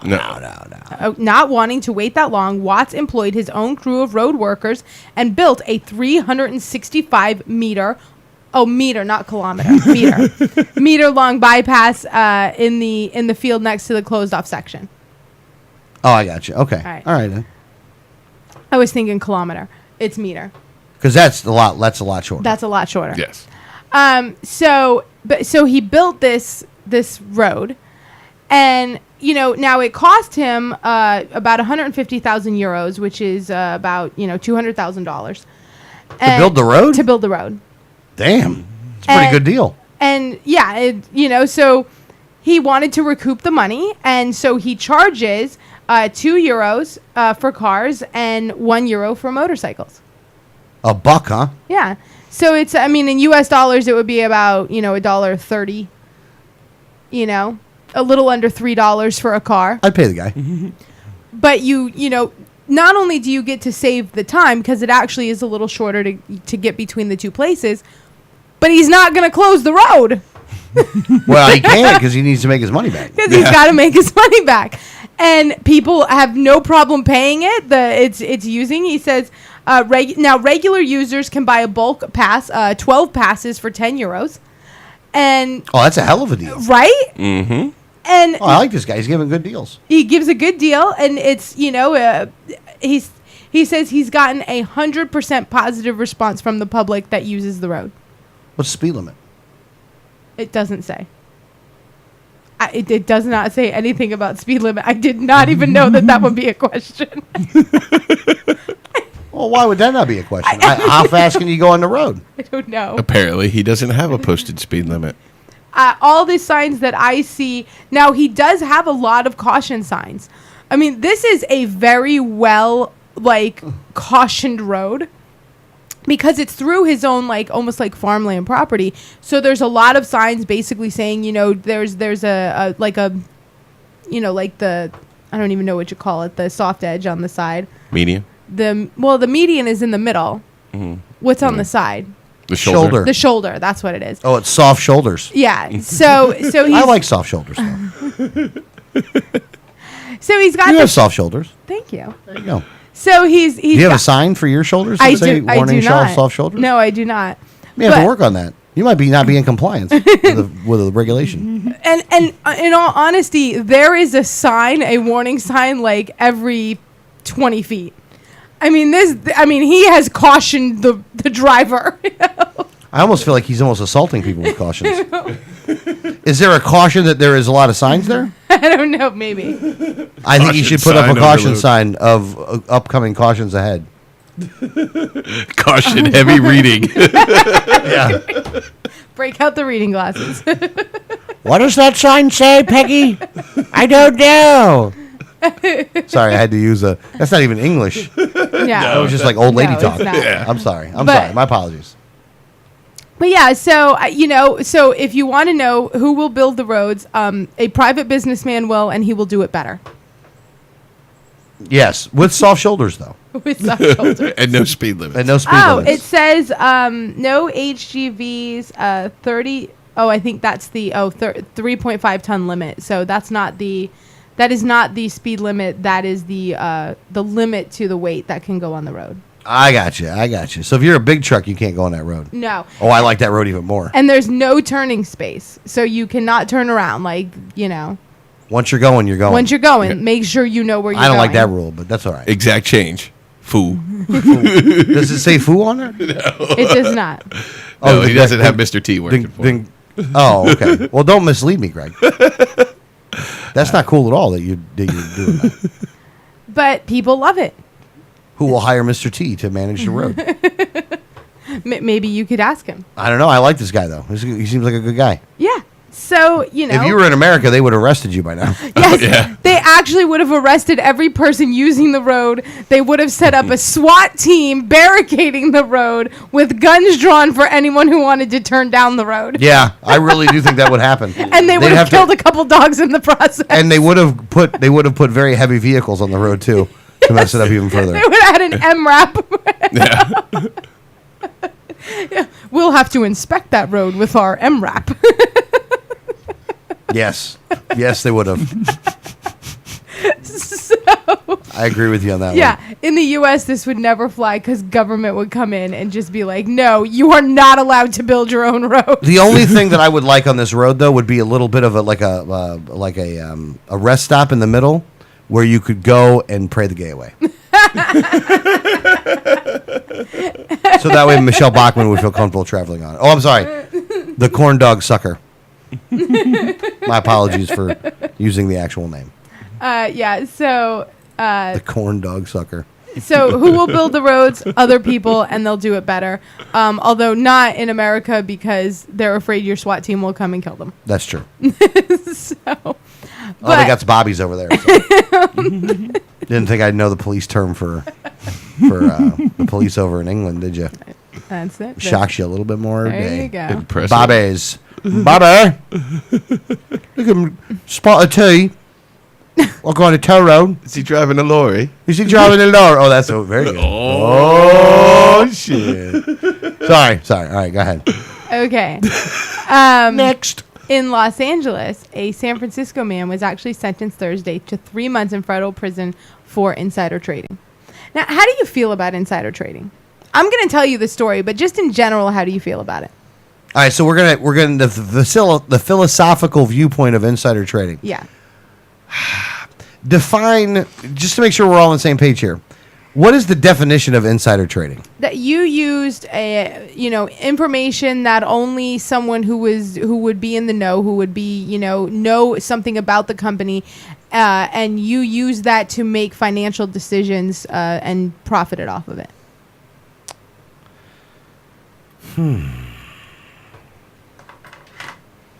It's a very interesting question.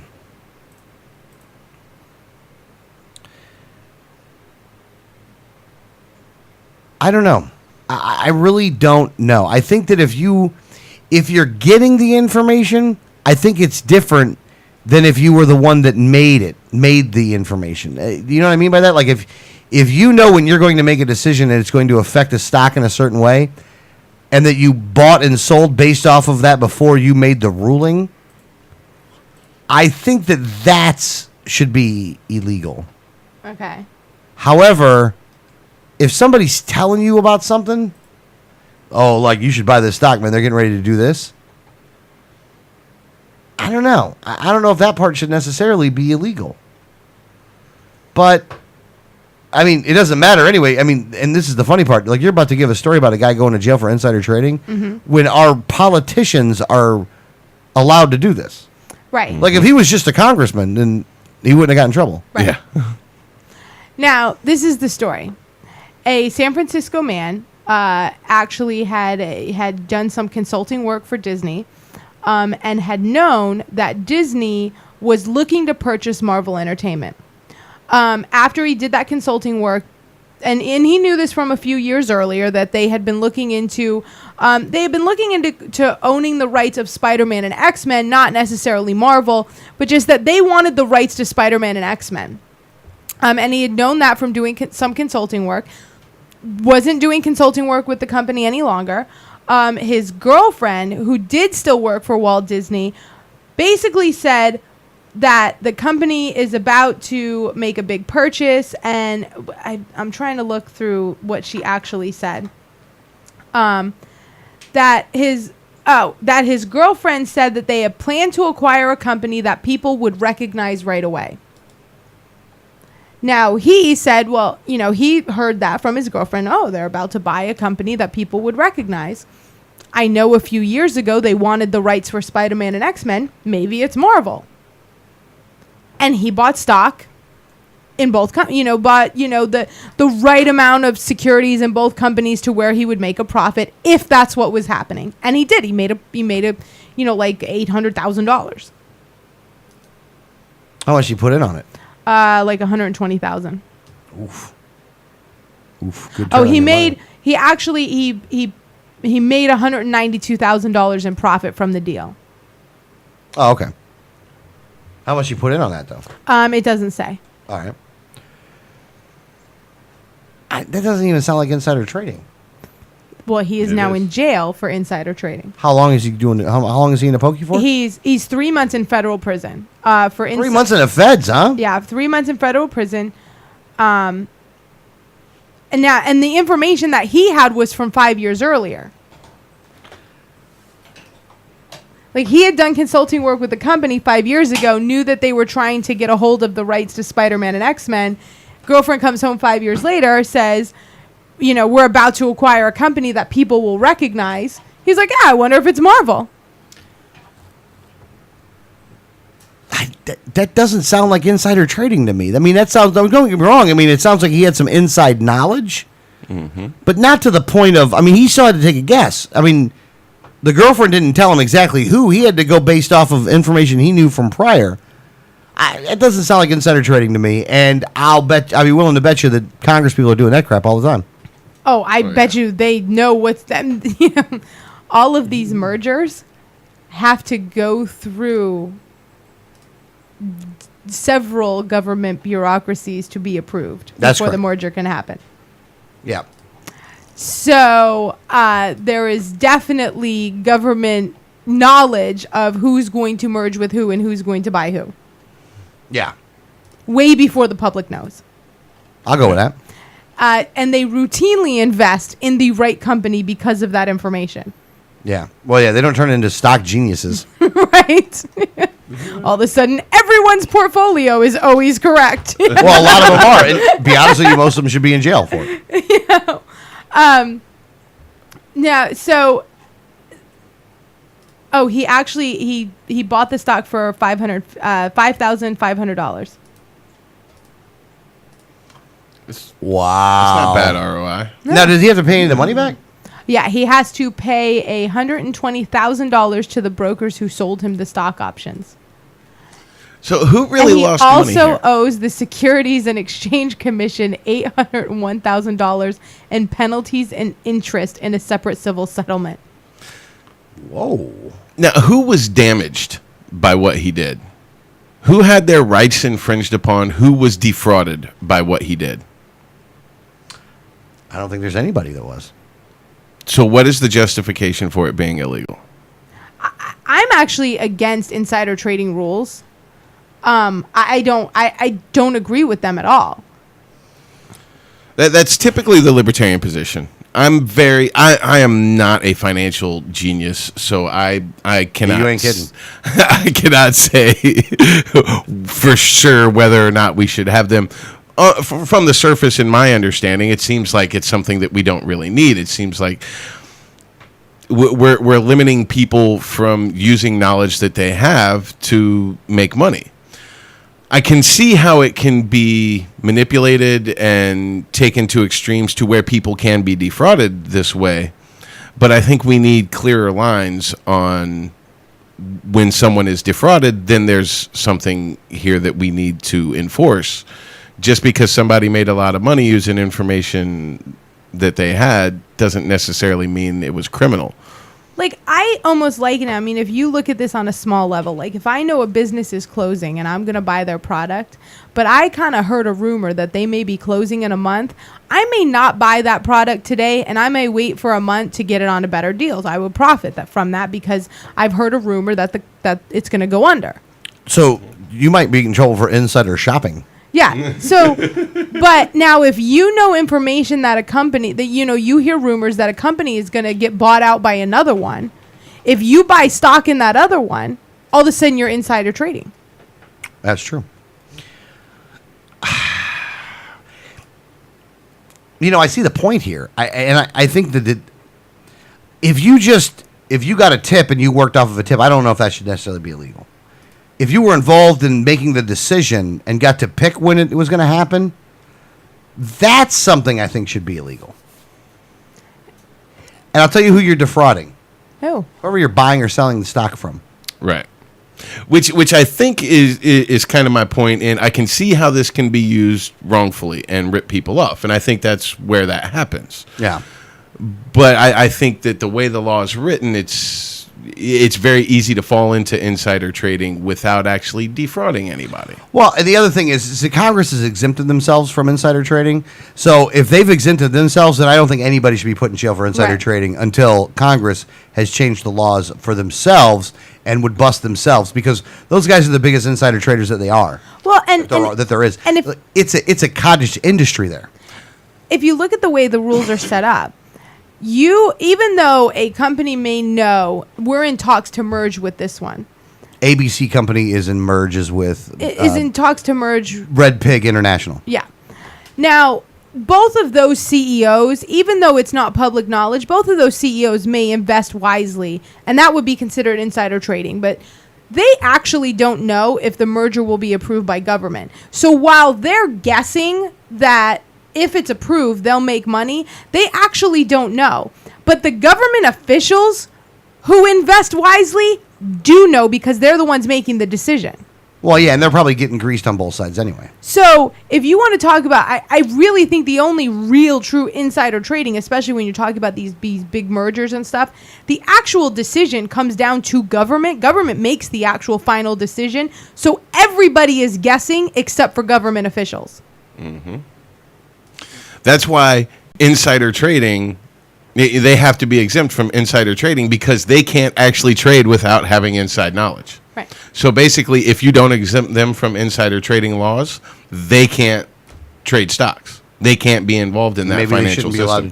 They shouldn't be. Right. There you go. Yeah. The only insider trading laws should be on government because everybody else is guessing.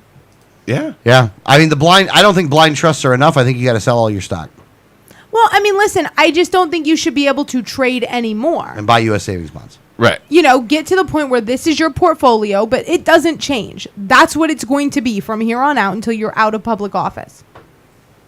Yep. Yeah. If you want to buy in a company where where not that you're buying stock, but you're investing in a new product or something, and it's not stock, it's just, I don't have any problem with that. I have a problem with buying and selling stock based on you making decisions.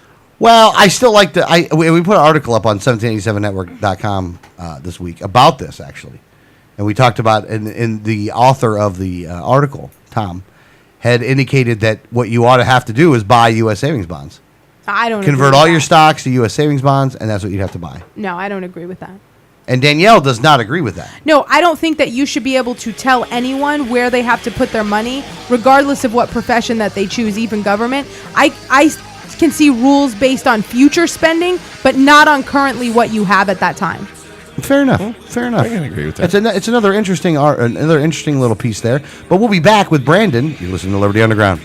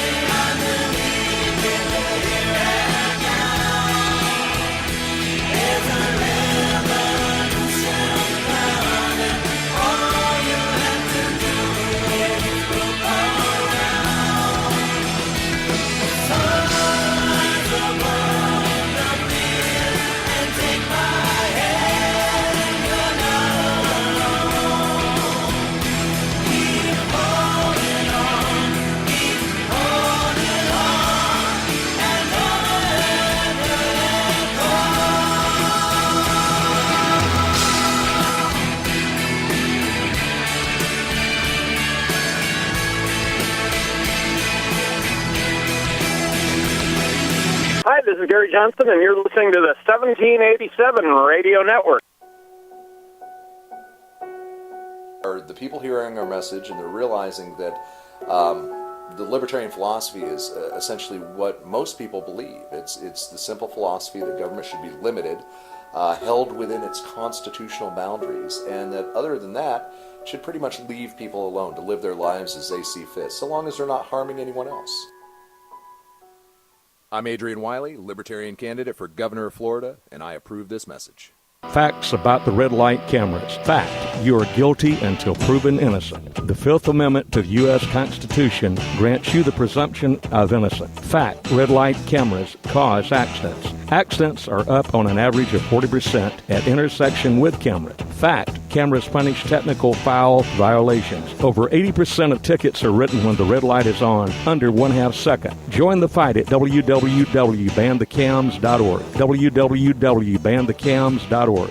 If you received a ticket in Florida, contact Oropesa Law Offices, 800-774-9883 or tacklemyticket.com. Attorney Oropesa understands the stress associated with being charged with a traffic ticket. In many non-criminal ticket cases, there may be no court appearance, no points, and no traffic school. Attorney Oropesa handles criminal violations, DUI, and license suspension matters. Don't face these serious legal matters alone. Initial consultation is free. Call now and you will be advised about any potential defense, constitutional rights violations, the possibility of having your driving privileges restored, or preventing a suspension from going into effect. If you've been classified as a habitual traffic offender, have a driver's license suspension matter, or a pending DUI case, call Oropesa Law Offices now so you can be advised about your particular case. Call 1-800-774-9883 24 hours a day, 7 days a week, or visit tacklemyticket.com. Main office in Pinellas County and serving all of the Tampa Bay area. Find out more at tacklemyticket.com. Mention Liberty Underground and get 25% off. Liberty starts with a like. Facebook.com/Liberty Underground. You know Going Postal offers shipping with UPS, FedEx, and DHL International, and they're a full-service post office. And Going Postal is not just your one-stop shop for shipping. They offer copying, laminating, faxing, packaging, and they even have a notary public service. Visit our friends at Going Postal at the following convenient locations: Palm Harbor at the corner of Tampa Road and County Road 1 in the Sweet Bay Plaza, St. Pete on 66th Street just south of Tyrone Boulevard near Publix, and be sure to visit their newest location at 35595 US 19 North at Alderman Road next to Publix in Palm Harbor. When the unthinkable happens, it doesn't matter if you save money in 15 minutes. It doesn't matter if your neighbor has the same insurance you do. In this moment, what matters is the quality of your independent agent and the company that stands behind them. Auto Owners Insurance has been recognized as highest in customer satisfaction with the auto insurance claims experience 5 years in a row by J.D. Power and Associates. For award information, go to jdpower.com. Call Row Insurance in Newport Richey today at 727-376-0030. Welcome back, Liberty Underground. If you would like to call the program, the number is 1-800-525-4032, but don't call right now because Brandon is going to be on the line to talk about the work that's been going on at the dispatch that is global, or the Global Dispatch. You know, you know how you can type in like a couple letters and it'll pull down like the website that you last went to with those letters. Well, I was on the computer the other day and for some reason I was typing in a website that started with DES, and you know what pulled down is Desk O'Brien. Is that website still active? I don't know. I didn't go to it because I kept typing, but I just noticed that when the last time I typed in those letters was Desk O'Brien. I was like, aw. Aw. Well, on the line with us right now, his name is Brandon. He is with the Global Dispatch. Brandon, how are you doing, sir? Oh, I'm doing very well. It's good to know that Desk O'Brien still lives on. It's still up. It's still up. Still lives on in internet history. It is still up. It looks just like the Global Dispatch. Yeah, we reformatted it so it makes it easier to maintain. Now, do you put current articles on that too? No. We there are some things here and there that gets put on by my kids and things like that. It's a great way to teach people how to use WordPress and things like that. So that's kind of its function, but it's also a nice little time capsule of our work. Aww. Yeah, I do see that the one that's right up front was published 5 months ago. Oh, there you go. Yeah. That's all right. The insiders know. Now, if you go to that website, do you think we should be accused of insider trading? or insider blogging. Yeah, would that be insider blogging? It might be. Only by Twiggy. Only by Twiggy. So what's the major story on the dispatch this week that you are looking at? Well, before I get to the story, can I have a gratuitous plug? Oh, you can have any gratuitous plug that you want, as long as you're not going to be announcing that you're going to be naked somewhere. No, I am definitely not going down that road. And no, Outbreak News Today is officially live and officially a news website recognized by Google. So very proud of that and what Robert Harriman and his team's done. I do feel confident as well that we'll be able to take the Outbreak News and resurrect the Outbreak News This Week radio show as well. So hopefully we'll be able to make that announcement soon. And that kind of pushes the ball forward. And Florida News will be next. We'll be looking to do an exclusive Florida News website, kind of compete with the Miami Herald and Bay News 9s of the world, and see where that puts us. So that'll be our next project. So if you're interested in any of that, let me know. What is the website that is going to be on for the Outbreak News? OutbreakNewsToday.com. OutbreakNewsToday.com. All right, let's go check it out real quick. Because OutbreakNews.com is all in Chinese. Are you sure the Chinese are not Korean? Well, it could be Korean. It could be another Asian one. They wanted $30,000 for us to buy back that URL. Buy back? Did you have it before? Bob had it a long time ago, and just decided that it wasn't working out. Google wouldn't recognize the site the way we were looking at, whatever, and it kind of let it go. And somebody bought it, and they just won't let it go for less than tens of thousands of dollars. It's pretty insane. And they're not using it. It's like one sentence in, some Asian language. Some Asian language. It'll come back. It'll come back home to us at some point. Yeah. It'll get there. It'll get there. Now, Outbreak News is a different look than the Global Dispatch. It's I really like it, actually. Yeah, it's very clean. Yeah, it is very clean. That's what I was going to say. It's a very clean look. Yeah, it's definitely great. People, obviously, Ebola's in the headlines, and we've talked here on the show about dengue fevers and chikungunya and all that. So if you have any interest at all in keeping up with what's going on in, health and different outbreak stories all over the globe, Bob's the expert, and it's all here now under one roof, recognized as news, and we look forward to a bright future for it as well. Now, I do have to tell you, Brandon, that while we were in Fort Myers on the Wiley Craft Brewery tour, chikungunya actually came up in a conversation, and because of you and Bob and everything you guys do at the Global Dispatch, Alex knew what they were talking about. That's true. That's very, very true. And more importantly, he knew how to say it properly. Well, I still don't think it's a real disease, though, but I still think it's fake. I still think it's government propaganda. People that have it would disagree with you profoundly, by the way. No, they're fake. They're faking it. They're all faking it. It's a false flag. It's a false flag. It's inside job. All right, so now that the shameless plug, which was a very good plug, by the way, and I'm looking forward to the Florida one, by the way. Like, I didn't know that until just now. That's like a breaking news story right there. That's breaking news here. We have kind of a framework that's up and live, and I look forward to getting some folks on board with that, trying to help us out with that, and that's definitely an exciting time. Hell yeah, it is, man. That's a good time right there. All right, so back just to wrap that up, FloridaNewsDaily.com is what that will be called. So if anybody's interested, you want to check it out. Very preliminary right now, just some smattering of stories to kind of help make sure that it's built properly, that it's working properly, get the ad structure in there, things like that. So FloridaNewsDaily.com. FloridaNewsDaily.com. All right, want to get the headlines like in? You want to start with Iraq?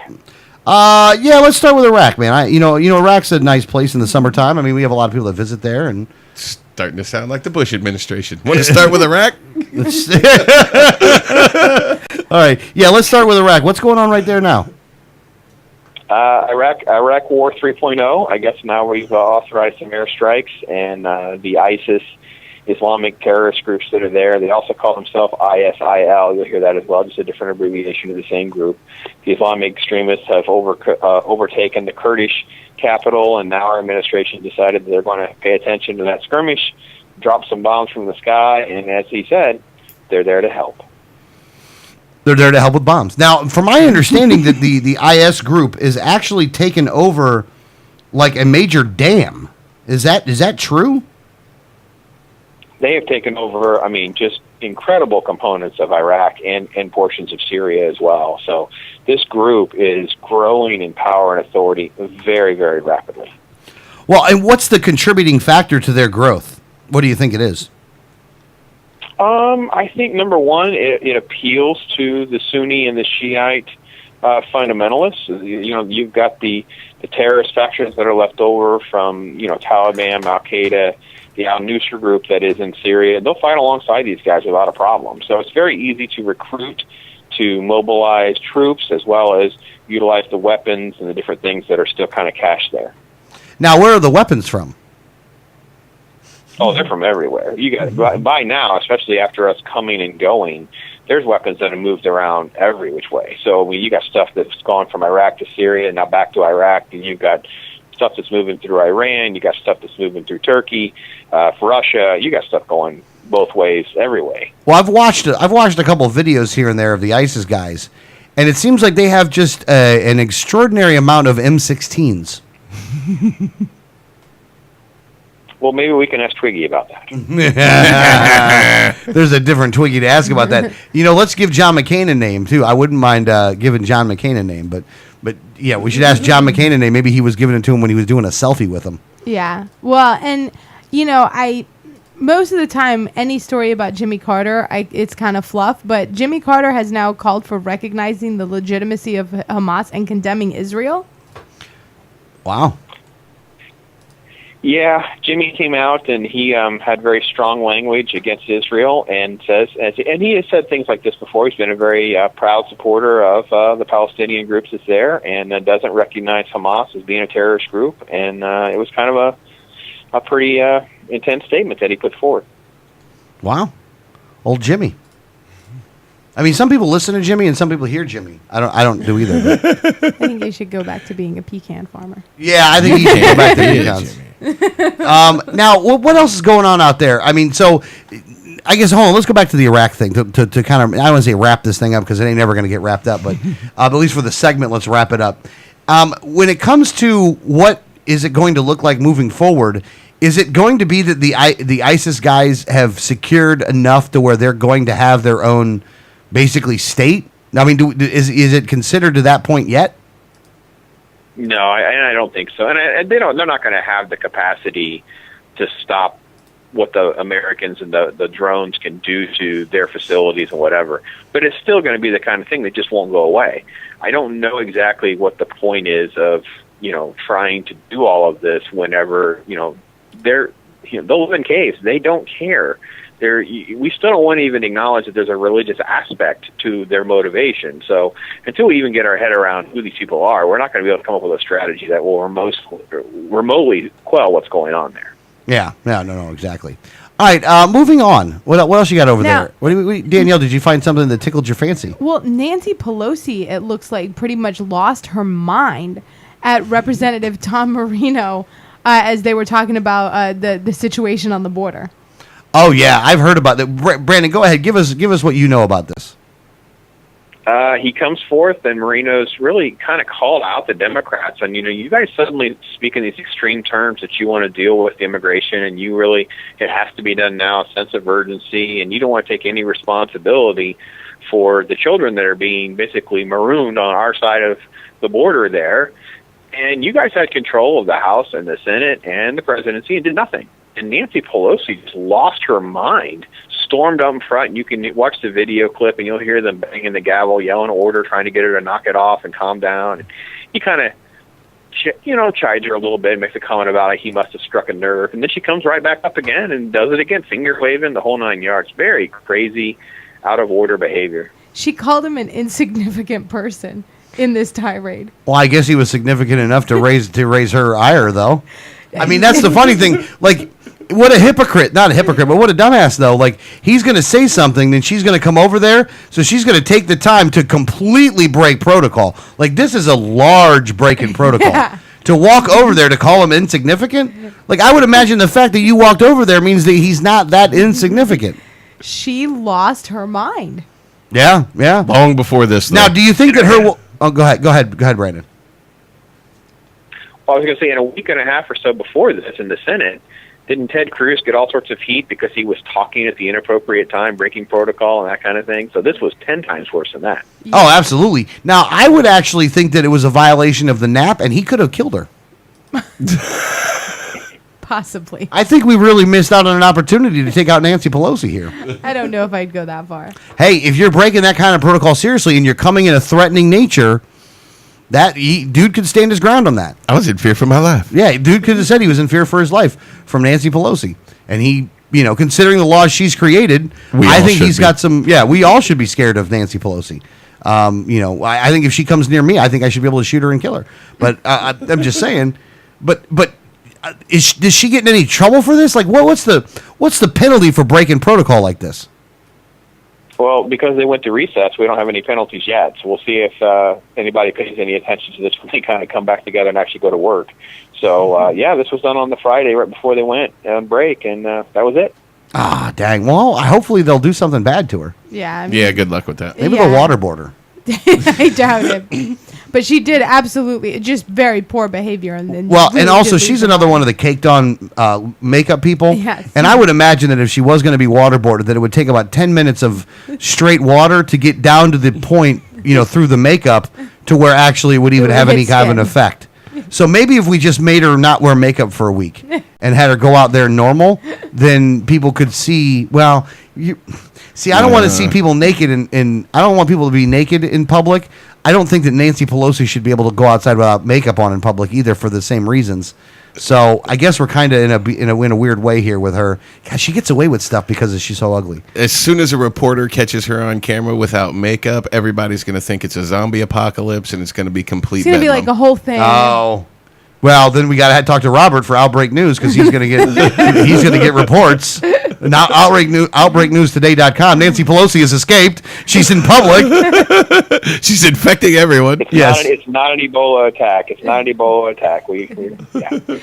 Now, and I actually saw this story a few times, and I sometimes, when I read the headlines, brush off stories as, I'm not really even sure if that is what happened, so I don't even really look into it more. But you have it up here, so now I know it actually did happen. Obama yelled at Netanyahu to give in to Hamas without conditions. Yeah, it was very interesting to see some of the reports that come down when an actual Israeli official went on an actual live interview and went through a lot of the details about what he actually had witnessed. And our president is not a big fan of Israel's approach to any of this, and really just kind of basically was calling them out, and it kind of got heated and very unprofessional was basically the big takeaway from that interview, was that he felt as though the entire situation was bad. Now, and that official actually has lost his job on Netanyahu's team there because of his call to be more patriotic, to be even more pro-Israel, and their approach has, in his terms, been too soft. So this is not somebody who had a lot to gain by coming forward with this. Well, I think that what Obama had said to him is, look, man, look at what we're doing with our border. We're just letting anybody across down there. Why can't you do the same thing? We got a whole bunch of terrorists and people that are part of, the Mexican mafia that are coming across. You guys can't let a couple Hamas guys through? Come on. Come on, man. What are you doing over there? Don't be so stingy with your borders. In the Brandon doesn't even know what to say. No, I'm just going on. I mean, what am I supposed to say? I mean, at least the little kids from Mexico are not coming across with missile launchers and shooting from the school rooftops like the Hamas guys are. Oh, no, that's true. That's true. On the other side of this. That must be the rub. It doesn't rub everybody the wrong way, by the way. If you do the research in this, I mean, we had the girl that plays Wonder Woman in the upcoming Batman Superman. All she did was post on Twitter and Facebook a pro-Israel, I'm praying for my country. She has Israeli background, and the hate mail has just flooded in for this woman. Did they fire her? People are very pro-Hamas. Well, it's a weird situation. And that silenced you. Yeah, it did actually.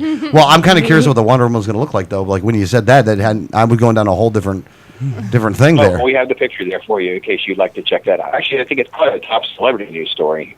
Anyway, if you look at the layout, I want to get to the layout a little bit. We made some changes because of Outbreak leaving. You'll see it in the middle section of the page now. You'll see opinion and blogs are there now. And I did a little blog piece on this where there was a very interesting and disturbing Daily Beast article, and it summarizes a big shift in some of the language that we're seeing from the Democrats, the leftists, and socialists that are calling for economic patriotism They're talking about corporate deserters and their inversion of taking their corporate headquarters overseas, doing these different things because they're avoiding paying taxes. And the Daily Beast article actually started calling for loyalty oaths. It is a very disturbing shift in some of the language, and the boldness is coming from this group, and it's definitely worthy of a read.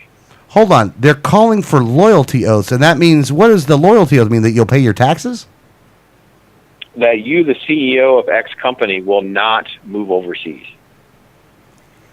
Wow. And then you should read the language within what he's calling for. And then again, you got to, there's a lot more that's going to come out of this, I believe, when they come back in session, because I guess some of them have joined together and talk about putting together some sort of bill to call for penalties and dealing with these companies that are doing this.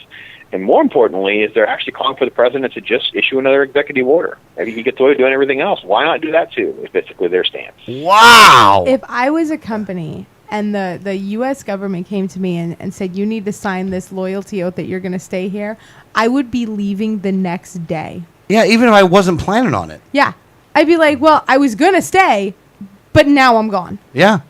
But now I'm leaving. I mean, now I'm going to Switzerland. Yeah. Or Uruguay. Canada. Well, maybe not Uruguay. Maybe not Uruguay. If you're a business owner, Uruguay is probably not the best place to go. But if you're trying to avoid taxes, you got to look at where you're running to. I actually view this, what you're talking about here, this is the beginning of the, I don't want to say violence necessarily, but of the violent rhetoric of the left, who is sick and tired of people saying that they don't want to pay taxes anymore. Like when the American people have had enough, and they know it's coming. Like they know that they're in the minority. The people that are like this, they know they're in the minority. They know that the government has gone too far, and now in order to do that, they're going to wrap themselves in the flag, which is something they accused the right of doing before when it came to foreign policy. The left is now doing the exact same thing that the right was doing, but when it comes to taxes. And the right was wrong in doing it, and the left is wrong in doing it. They're both wrong. And in this one, I'm going to blame the socialists much more than I'm going to blame the other guys. And the reason is this. They went through what was going on with George Bush. The only change now is that you got a Democrat in office, because the second a Republican gets back in office, they're not going to have nearly the problem with it that they do right now. And for those people at the Daily Beast, here's what I'd like to see. When they start going house to house, I want those to be some of the first guys that are going house to house so they can be killed first.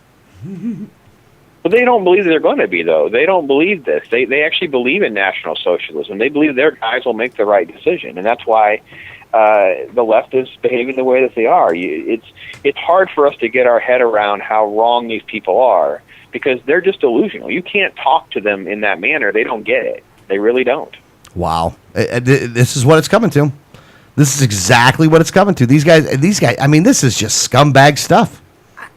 I got to tell you, anyone who were to come to me and say that I had to sign that I would not leave, it would make me leave immediately. Yeah, that would. I would not. I am predicting a mass exodus of large corporations with this. Yeah. And who can blame them? Anyone not taking a government subsidy. Yeah. It's Well, gone. we have to make sure let's go ahead and make a prediction too. What's going to happen then? So if you have a max exodus of companies, and let's say you just have success at reducing the tax revenue because they've all left. So what's going to happen then? You're going to see more authoritative processes and a quicker move towards martial law and whatever, because they won't be able to keep everything intact. They won't be able to keep the house of cards intact. Things will collapse much faster. Well, yeah, no, that'll add to it, and it might be by design. I mean, it could be very well that it's done by design. It's just amazing. It really is amazing that this is what they're going to do, and this is for yourself. Yeah. The problem is they don't even understand basic math. That when you lower the tax rate and you lower all the different penalties that are there, you actually gain revenue. Right. Like you would get more money if you did it the other way. Yeah. It's not. Again, it's not about money for them. I don't think. No, it can be about money, because we're only talking about like $20 billion. We're not talking about very much money. So when you break down some of the figures, it's just a charade. It's more about power and control. And, look at France. France raised it to 70%. The companies ran for this guy. They passed a law, so no, you can't leave. So that's where you're going to head. That's more of what's happening next. That's the next phase of where they're going to go with this. Yeah. It is going to come down. Look, we're always people that are like, man, we got to win this thing through the ballot box, and it's going to get that we're going to make sure it's nonviolent, that it's not going to be done via nonviolent methods, even with all the stuff that I say. Still, we want it to be nonviolent. It's guys like this that are not. The left is not for nonviolence. Well, I don't think they realize that their actions are going to lead to violence. I think they just think if they pull it tight enough, they can actually control that the reaction won't be violence, because they can just pull the leash tight enough to where you can't be violent. Mm-hmm. I guess. I mean, well, that's why they have to take your guns. Well, yeah. well, and they envy countries like France that have done this. They envy that is really kind of how they see it. They want to see that Western European style of these ridiculously high tax rates, this ridiculously high element of control, because they think that is a better model. So for them, that's why you can't see and argue what you were saying earlier about tax rates and history showing a completely different principle, because that's not how they want to put the system together. Yeah, I guess so. All right, hey, well, Brandon, we are at the top of the hour, man. We went a lot longer on the segment than we normally do, but that is okay because it was chock full of information. Do I need to stay along for a little bit longer or not? But it's okay. No. We're good on this. We'll have to get to superheroes next week, which I am disappointed that we didn't get to. But his name is Brandon. The website is theglobaldispatch.com. Brandon, thank you so much, brother. Appreciate the segment today, man. Really kick ass. All right, good, and thanks for having me. Talk hard. Talk hard, Brandon. All right, man. Wow. All right, well, let's take a break. When we get back, hour number 3. It's going to be a very exciting hour. Sounds it. As you can tell. You sound excited. A very exciting hour that will be hour number 3. That will be live on Tan Talk 1340. And I think everyone will enjoy the segments that we have on that show. If you would like to call the program, the number is 1-800-525-4032. Refresh Telecom. They won't sell your information to the feds. This is Liberty Underground. We'll be back.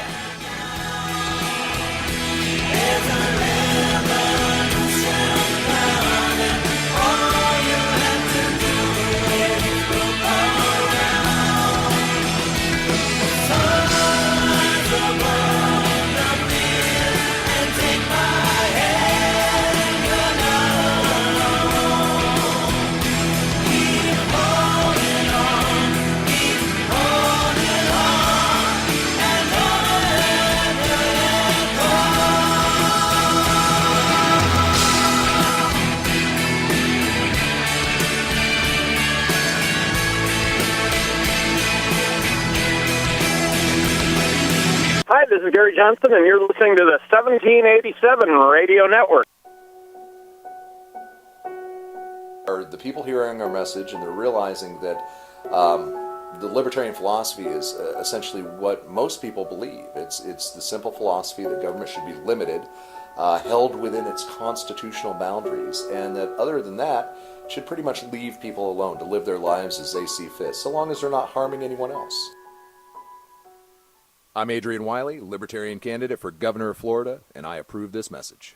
Facts about the red light cameras. Fact, you are guilty until proven innocent. The Fifth Amendment to the U.S. Constitution grants you the presumption of innocence. Fact, red light cameras cause accidents. Accidents are up on an average of 40% at intersection with camera. Fact, cameras punish technical foul violations. Over 80% of tickets are written when the red light is on, under 1/2 second. Join the fight at www.banthecams.org. www.banthecams.org. If you received a ticket in Florida, contact Oropesa Law Offices, 800-774-9883 or tacklemyticket.com. Attorney Oropesa understands the stress associated with being charged with a traffic ticket. In many non-criminal ticket cases, there may be no court appearance, no points, and no traffic school. Attorney Oropesa handles criminal violations, DUI, and license suspension matters. Don't face these serious legal matters alone. Initial consultation is free. Call now and you will be advised about any potential defense, constitutional rights violations, the possibility of having your driving privileges restored, or preventing a suspension from going into effect. If you've been classified as a habitual traffic offender, have a driver's license suspension matter, or a pending DUI case, call Oropesa Law Offices now so you can be advised about your particular case. Call 1-800-774-9883 24 hours a day, 7 days a week, or visit tacklemyticket.com. Main office in Pinellas County and serving all of the Tampa Bay area. Find out more at tacklemyticket.com. Mention Liberty Underground and get 25% off. Liberty starts with a like. Facebook.com/Liberty Underground. You know Going Postal offers shipping with UPS, FedEx, and DHL International, and they're a full-service post office. And Going Postal is not just your one-stop shop for shipping. They offer copying, laminating, faxing, packaging, and they even have a notary public service. Visit our friends at Going Postal at the following convenient locations: Palm Harbor at the corner of Tampa Road and County Road 1 in the Sweet Bay Plaza, St. Pete on 66th Street just south of Tyrone Boulevard near Publix, and be sure to visit their newest location at 35595 US 19 North at Alderman Road next to Publix in Palm Harbor. When the unthinkable happens, it doesn't matter if you save money in 15 minutes. It doesn't matter if your neighbor has the same insurance you do. In this moment, what matters is the quality of your independent agent and the company that stands behind them. Auto Owners Insurance has been recognized as highest in customer satisfaction with the auto insurance claims experience 5 years in a row by J.D. Power and Associates. For award information, go to jdpower.com. Call Row Insurance in Newport Richey today at 727-376-0030.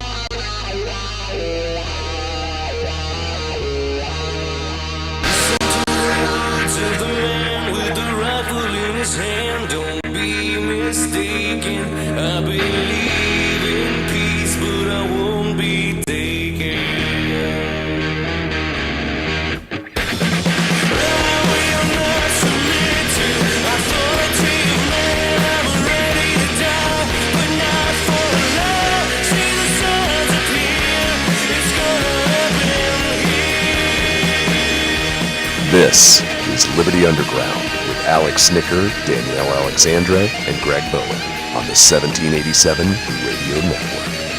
Well, good morning, Clearwater, Tampa Bay, St. Petersburg. This is Alex, co-host, Liberty Underground, along with me, the Duchess of Doing Stuff, Tribley's favorite, most loved libertarian, Danielle Alexandre. How are you doing? I'm doing well. You know, you've now deleted your personal Wikipedia out of my intro.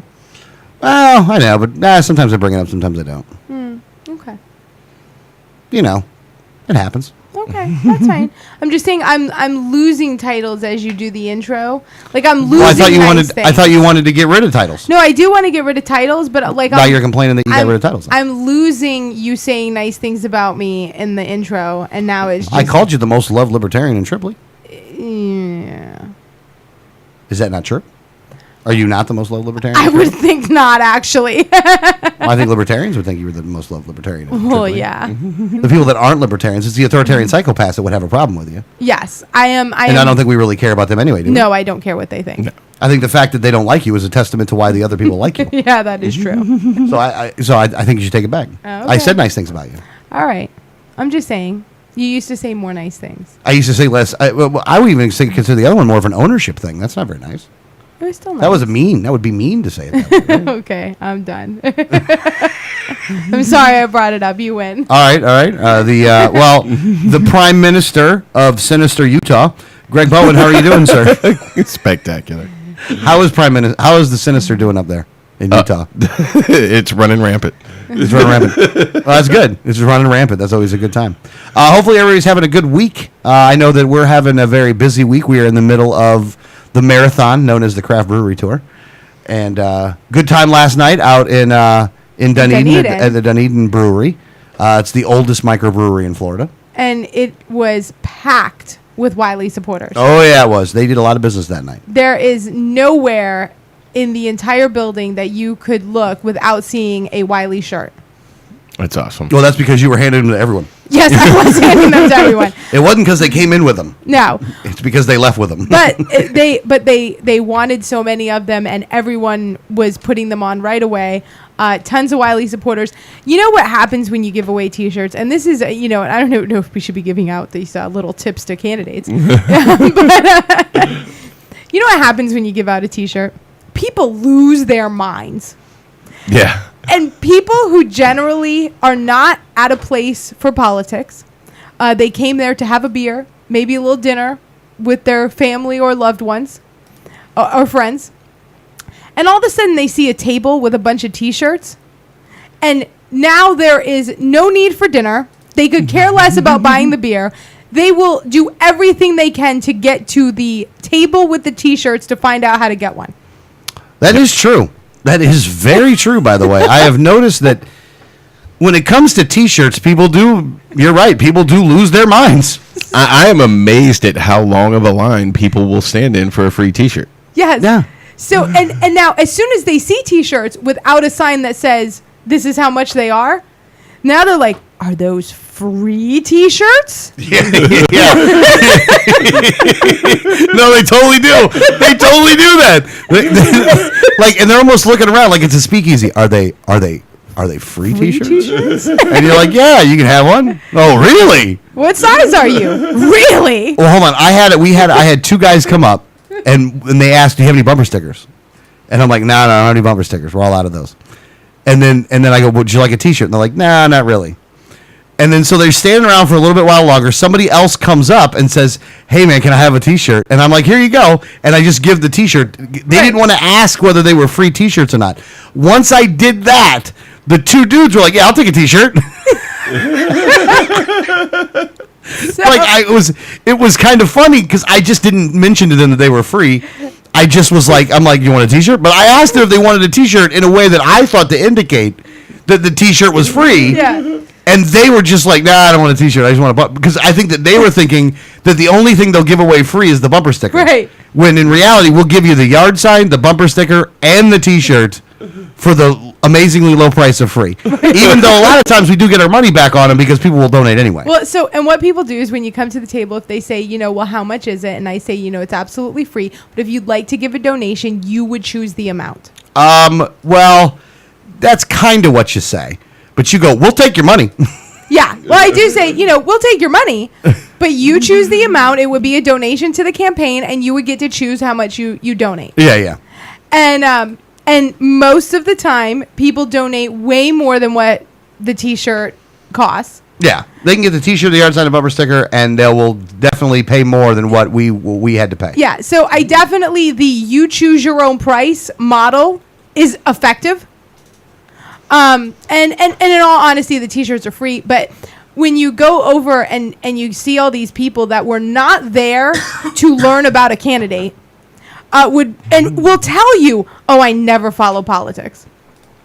But all of a sudden, if you have it's like the timeshare kind of model, they will sit and listen to you talk for the T-shirt.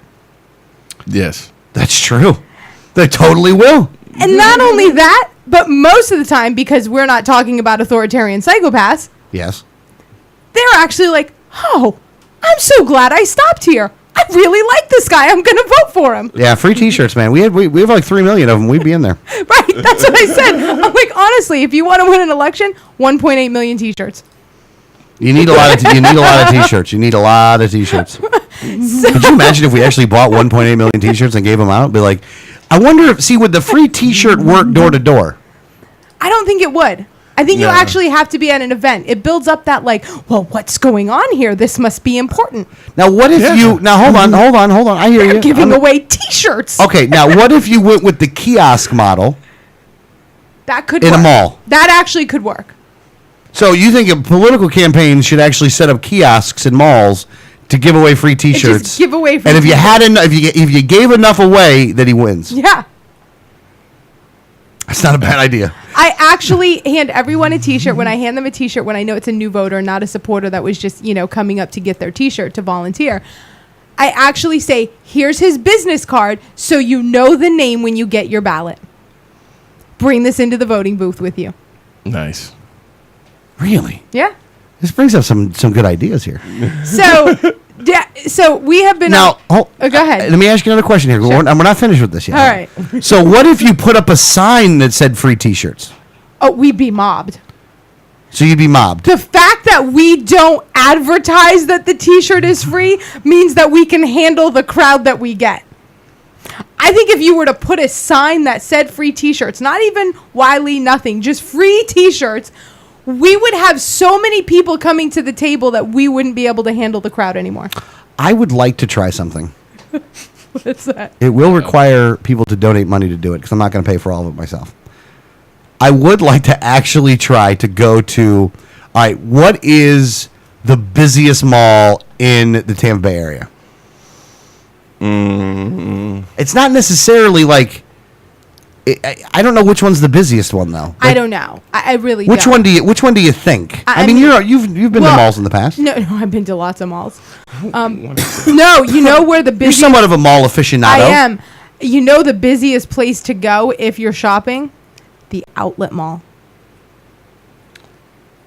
Yeah, but the outlet malls don't have kiosks though anymore because they've switched the way that they look normally though, No, right? they have the kiosk in the middle. Remember when we went to we went to the Banana Republic, they had the little the kiosk in the middle? The guy kept asking me if I wanted my nails painted. Yeah, you're right. You're right. Okay, no. Okay, now you have to. Now I got to preface it again. That mall would not be filled with the majority of people that are from this country, so it wouldn't do any good for politics. Well, what about Ellington? Ellington, what Ellington? The Ellington Outlet Mall. The Ellington Outlet Where's Mall. that at? Sarasota? You didn't get a lot of foreigners there? I don't think so. But it's busy. It's busy, You huh? can't get it.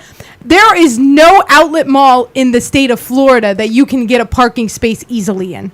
How much do you think it costs to have one of those kiosks for a month? I don't know, but you put up a sign that says free T-shirts, and you will be the busiest place in the whole entire complex. All right, so here's the plan. Let me get the plan here.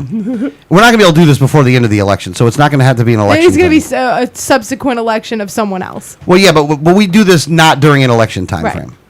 What if you had just cool libertarian T-shirts and a kiosk for a month, and had like, I don't know, 2,000 T-shirts? Let's just say You'd be out in the first weekend.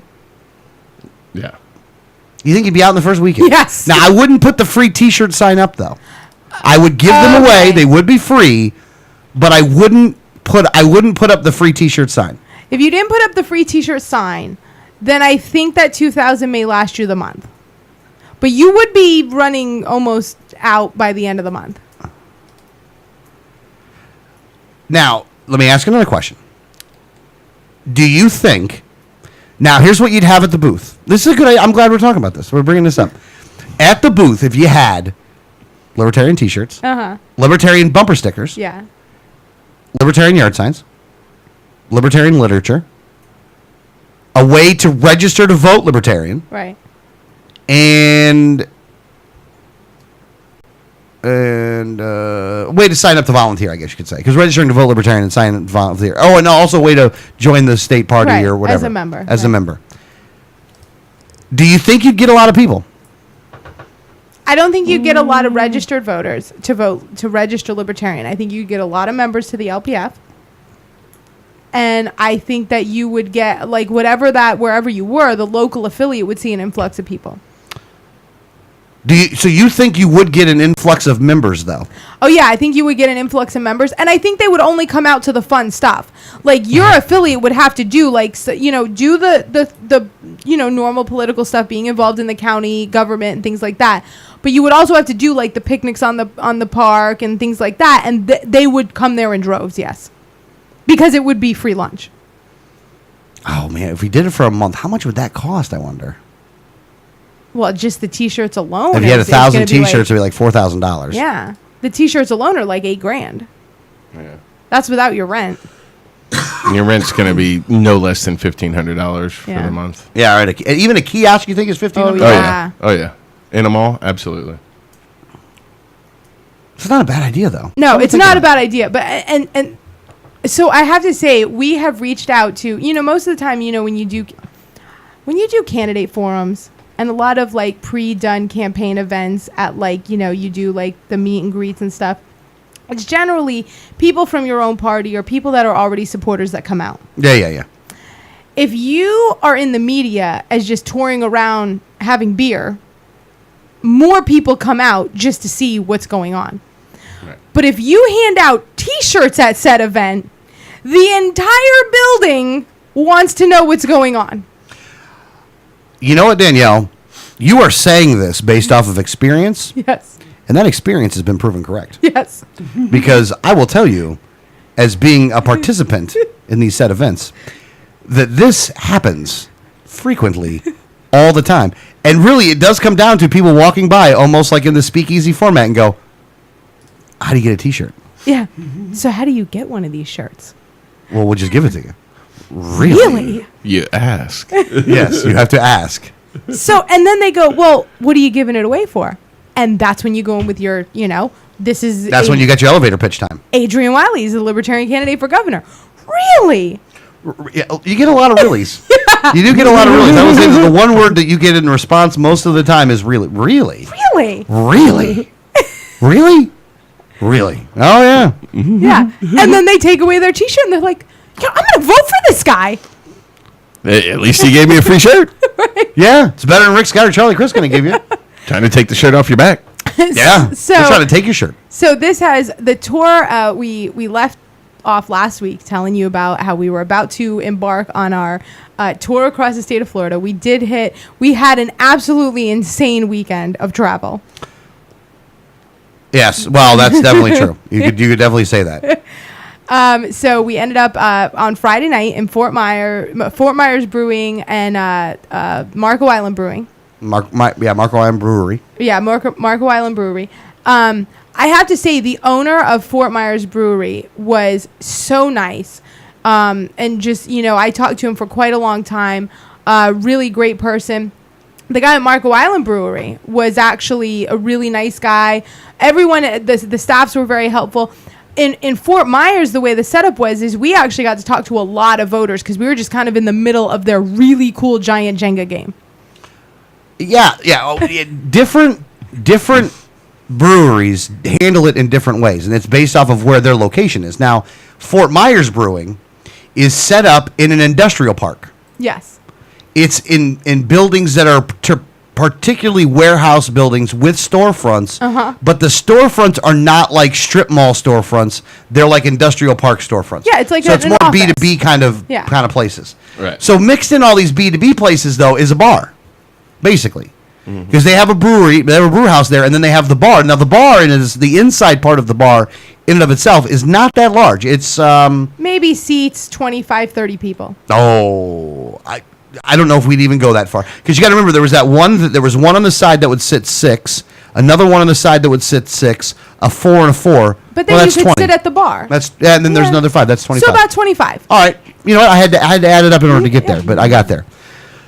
Now outside, what they did is they took old like deck chairs. No. You had to. I mean, I really took a look at these things. They are actually old pallets. Are they? Mm-hmm. Well, they look like old. They look like the whole furniture. All of the stuff outside was old pallets. Yeah. So, and it looks like just deck chairs and stuff, but they were really kind of nice. Yeah. And then they have a big 2x4 Jenga game. Yes, it is. It's a big game. I mean, it goes the top of the Jenga game is like much taller than me. Yeah. Oh yeah. It was like twice a Danielle. Yeah. So and there was and people, she's short, just for the record. Yeah. There's people everywhere, and they're playing this giant Jenga game, and there's people inside and outside, and people just everywhere. We got to set up a big tent. Hand out T-shirts. Again, free T-shirts. Everyone's like, well, how do I get one of those T-shirts? Now, that one was a combination of two things, though. One of them was the T-shirts, but the initial buzz was not created off of the T-shirt. It was because of the reporter. There was an NPR reporter there that interviewed Adrian, and so they're outside interviewing, and there's a bunch of people that were all younger people, probably in their 20s in some way, shape, manner, or form, that were around the Jenga game, the Jenga 20s, the Jenga generation. So they're all hanging around there, and they turn around and they see this guy getting interviewed by this woman. Right. And they're like, well, what's that all about? And then one of them asked us as we're setting up this tent, they go, what's that all about? I go, he's Adrian Wiley, Libertarian candidate for governor. We explained why we were there, why we were at the location. And they're like, well, is he going to come over and talk to us? And I'm like, well, do you want him to? And he's like, yeah. I'm like, well, yeah, then he's going to. And then a bunch of libertarians showed up. And it was a good time. We had a lot of fun. We had a lot. Yeah. I like the fact that it was in an industrial plaza. Yeah, that was cool. That was kind of cool. Now, here's the other thing. You have the guys in the industrial plaza, the Fort Myers Brewing people, and that they are worried about beer. They're not worried about anything else. They're worried about beer. So they find a symbiotic relationship with a food truck that shows up to serve food. So the beer people can worry about the beer. The food guy will worry about the food guy. And soda. And the soda guy. Yeah, because I got a soda there. And then all the people that are there will go and get food when they want food, get beer when they want beer. And pretty much hang out playing giant Jenga. And they hang out playing giant Jenga. Which I got to tell you. Sounds like a good time. Oh, it was great. Oh, I liked it very much so. Now, Marco Island was a different setup. Yes. It was in a strip plaza, and it was a restaurant that also had beer. Right. And they did brew their own beer. Now, their layout was pretty nice, too, though. I like the fact that it's inside-outside. Right. What they do is they have a bar, right? But the bar is halfway in. And halfway out. Very on long. The sidewalk. But halfway in and halfway out. And there's no, it's open. Yeah. But there's a bar. And then there's a door and all of the other stuff. But we were in a side room. So. Which I did not like as much. Which I didn't like. And I at first I thought that would be kind of cool. But then when we actually did it for the first time, I was like, oh, we don't get a lot of the buzz from other voters that way. Other patrons, yeah. Other patrons, that just want to go, what's going on? Right. Why are you handing out free T-shirts? So, although it was a great, successful event, we had a lot of people there. A lot of people that were there specifically to see Adrian that we don't normally see. We didn't get to reach out to a lot of, just people that were just walking by. Right. Yeah, that's true. We did not get nearly as much of the off traffic. Yeah. By doing it that way. That's true. That's very true. And that was it was a good time though. We still had fun there. We had I liked a lot of it, fun. But we did not get that kind of traffic. I got a super cool T-shirt. That was a cool T-shirt though. Yeah. What was the name on the back of the T-shirt? It was the Fear the Monkey. Fear the Monkey. With a picture of a monkey. Because they have a brew that is their largest alcohol content brew is called it's a monkey brew. And I didn't realize that the monkey brew was considered themselves to be the most alcoholic. Yeah, so monkeys are alcoholics, by the way. You could get a T-shirt and on the back it says "Fear the Monkey" and it was really cool. So I got a cool T-shirt. And it was a black T-shirt. It was a black T-shirt. I like black T-shirts. So why's it got to be black? Well, I like black T-shirts. Yeah. I'm saying it is a good thing, not as a pejorative. Now we realized that we had a good bit of time on Saturday in between our brewery event and anything else. So we actually found out from our amazing supporter Ron Rollins that there was a gun show in town in Fort Lauderdale. Yeah. So we were going up to Delray, but when you cut across from where we were in Naples, you cut across right into Fort Lauderdale. So we're like, oh, cool. Well, we're literally going to be right there. So let's stop at the gun show. Yeah, at the Fort Lauderdale gun show. So we go to the Fort Lauderdale gun show and we park, and we have to park very, very far away from the event, and we walk the half a mile. Yeah, back. because you know what? Because overall, parking sucks in South Florida. Yeah, it's all parking. All parking sucks in South Florida. Yeah. So we walk over, and we come around the corner, and there is Ron Rollins with this huge Wiley sign and a bag to where he can hand out material from. Just happy as anything, waving his sign around. I was just so happy to see him. Yes, yes. I'm always happy whenever I see Ron Rollins. Ron Rollins is awesome. He is awesome. So we stop by, we see Ron Rollins there, then we go inside into the gun show. And it was a good time in the gun show. It was a good time. We met a lot of, you know what? And this was kind of one of these smaller gun shows where it wasn't like you see a lot of corporate gun places where they're like, you don't see as many of the mom and pop little gun shops in these gun shows. The ones that I've been to, like when you see them at the Florida State Fairgrounds and things like that, they're kind of traveling from all over. But this one had a lot of really kind of small business gun owners and inventors. Yeah, that's true. No. It did have a lot of the inventor stuff, which is neat to see because it's like, accessories to the guns that they're inventing. Yeah. But it was good. Now, the organizers of that one, not very pro-liberty. No, they weren't. But I do have to say that every inventor of a product will be voting for Adrian because when you invent a product, that is when you realize how much government messes with you. You ain't lying, sister. And on that note, we will take a break. To give you more stories of the craft brewery tour. And we probably will have some information for you about Charlie, Chris, and Rick Scott at the same time and how bad they are, but we'll be back after this messages on Liberty Underground. Are we going to... Slow computer. Oh, I thought you were trying to hurry me up there. I'm trying to hurry the computer up. Oh, you're hurrying the computer up. Computer. All right, what are we doing here? Am I going to have to just keep talking? Do I got to filibuster this thing? What am I, Ted Cruz? What is this, a banana? There. All right, there you go. There's the music. All right, guys. All right, we'll take a break. When we get back, more Liberty Underground.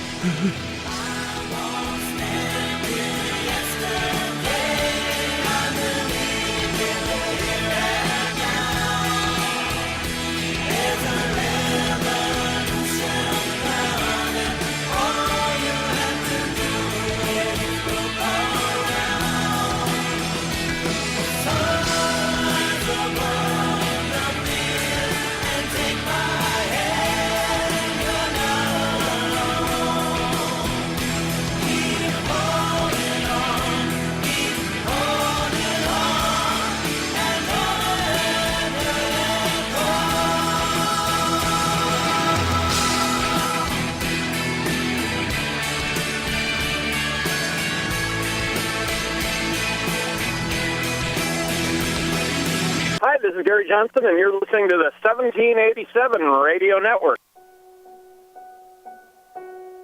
Are the people hearing our message and they're realizing that the libertarian philosophy is essentially what most people believe. It's the simple philosophy that government should be limited, held within its constitutional boundaries, and that other than that, should pretty much leave people alone to live their lives as they see fit, so long as they're not harming anyone else. I'm Adrian Wiley, Libertarian candidate for Governor of Florida, and I approve this message. Facts about the red light cameras. Fact, you are guilty until proven innocent. The Fifth Amendment to the U.S. Constitution grants you the presumption of innocence. Fact, red light cameras cause accidents. Accidents are up on an average of 40% at intersection with camera. Fact, cameras punish technical foul violations. Over 80% of tickets are written when the red light is on, under 1/2 second. Join the fight at www.banthecams.org. www.banthecams.org. If you received a ticket in Florida, contact Oropesa Law Offices, 800-774-9883 or tacklemyticket.com. Attorney Oropesa understands the stress associated with being charged with a traffic ticket. In many non-criminal ticket cases, there may be no court appearance, no points, and no traffic school. Attorney Oropesa handles criminal violations, DUI, and license suspension matters. Don't face these serious legal matters alone. Initial consultation is free. Call now and you will be advised about any potential defense, constitutional rights violations, the possibility of having your driving privileges restored, or preventing a suspension from going into effect. If you've been classified as a habitual traffic offender, have a driver's license suspension matter, or a pending DUI case, call Oropesa Law Offices now so you can be advised about your particular case. Call 1-800-774-9883 24 hours a day, 7 days a week, or visit tacklemyticket.com. Main office in Pinellas County and serving all of the Tampa Bay area.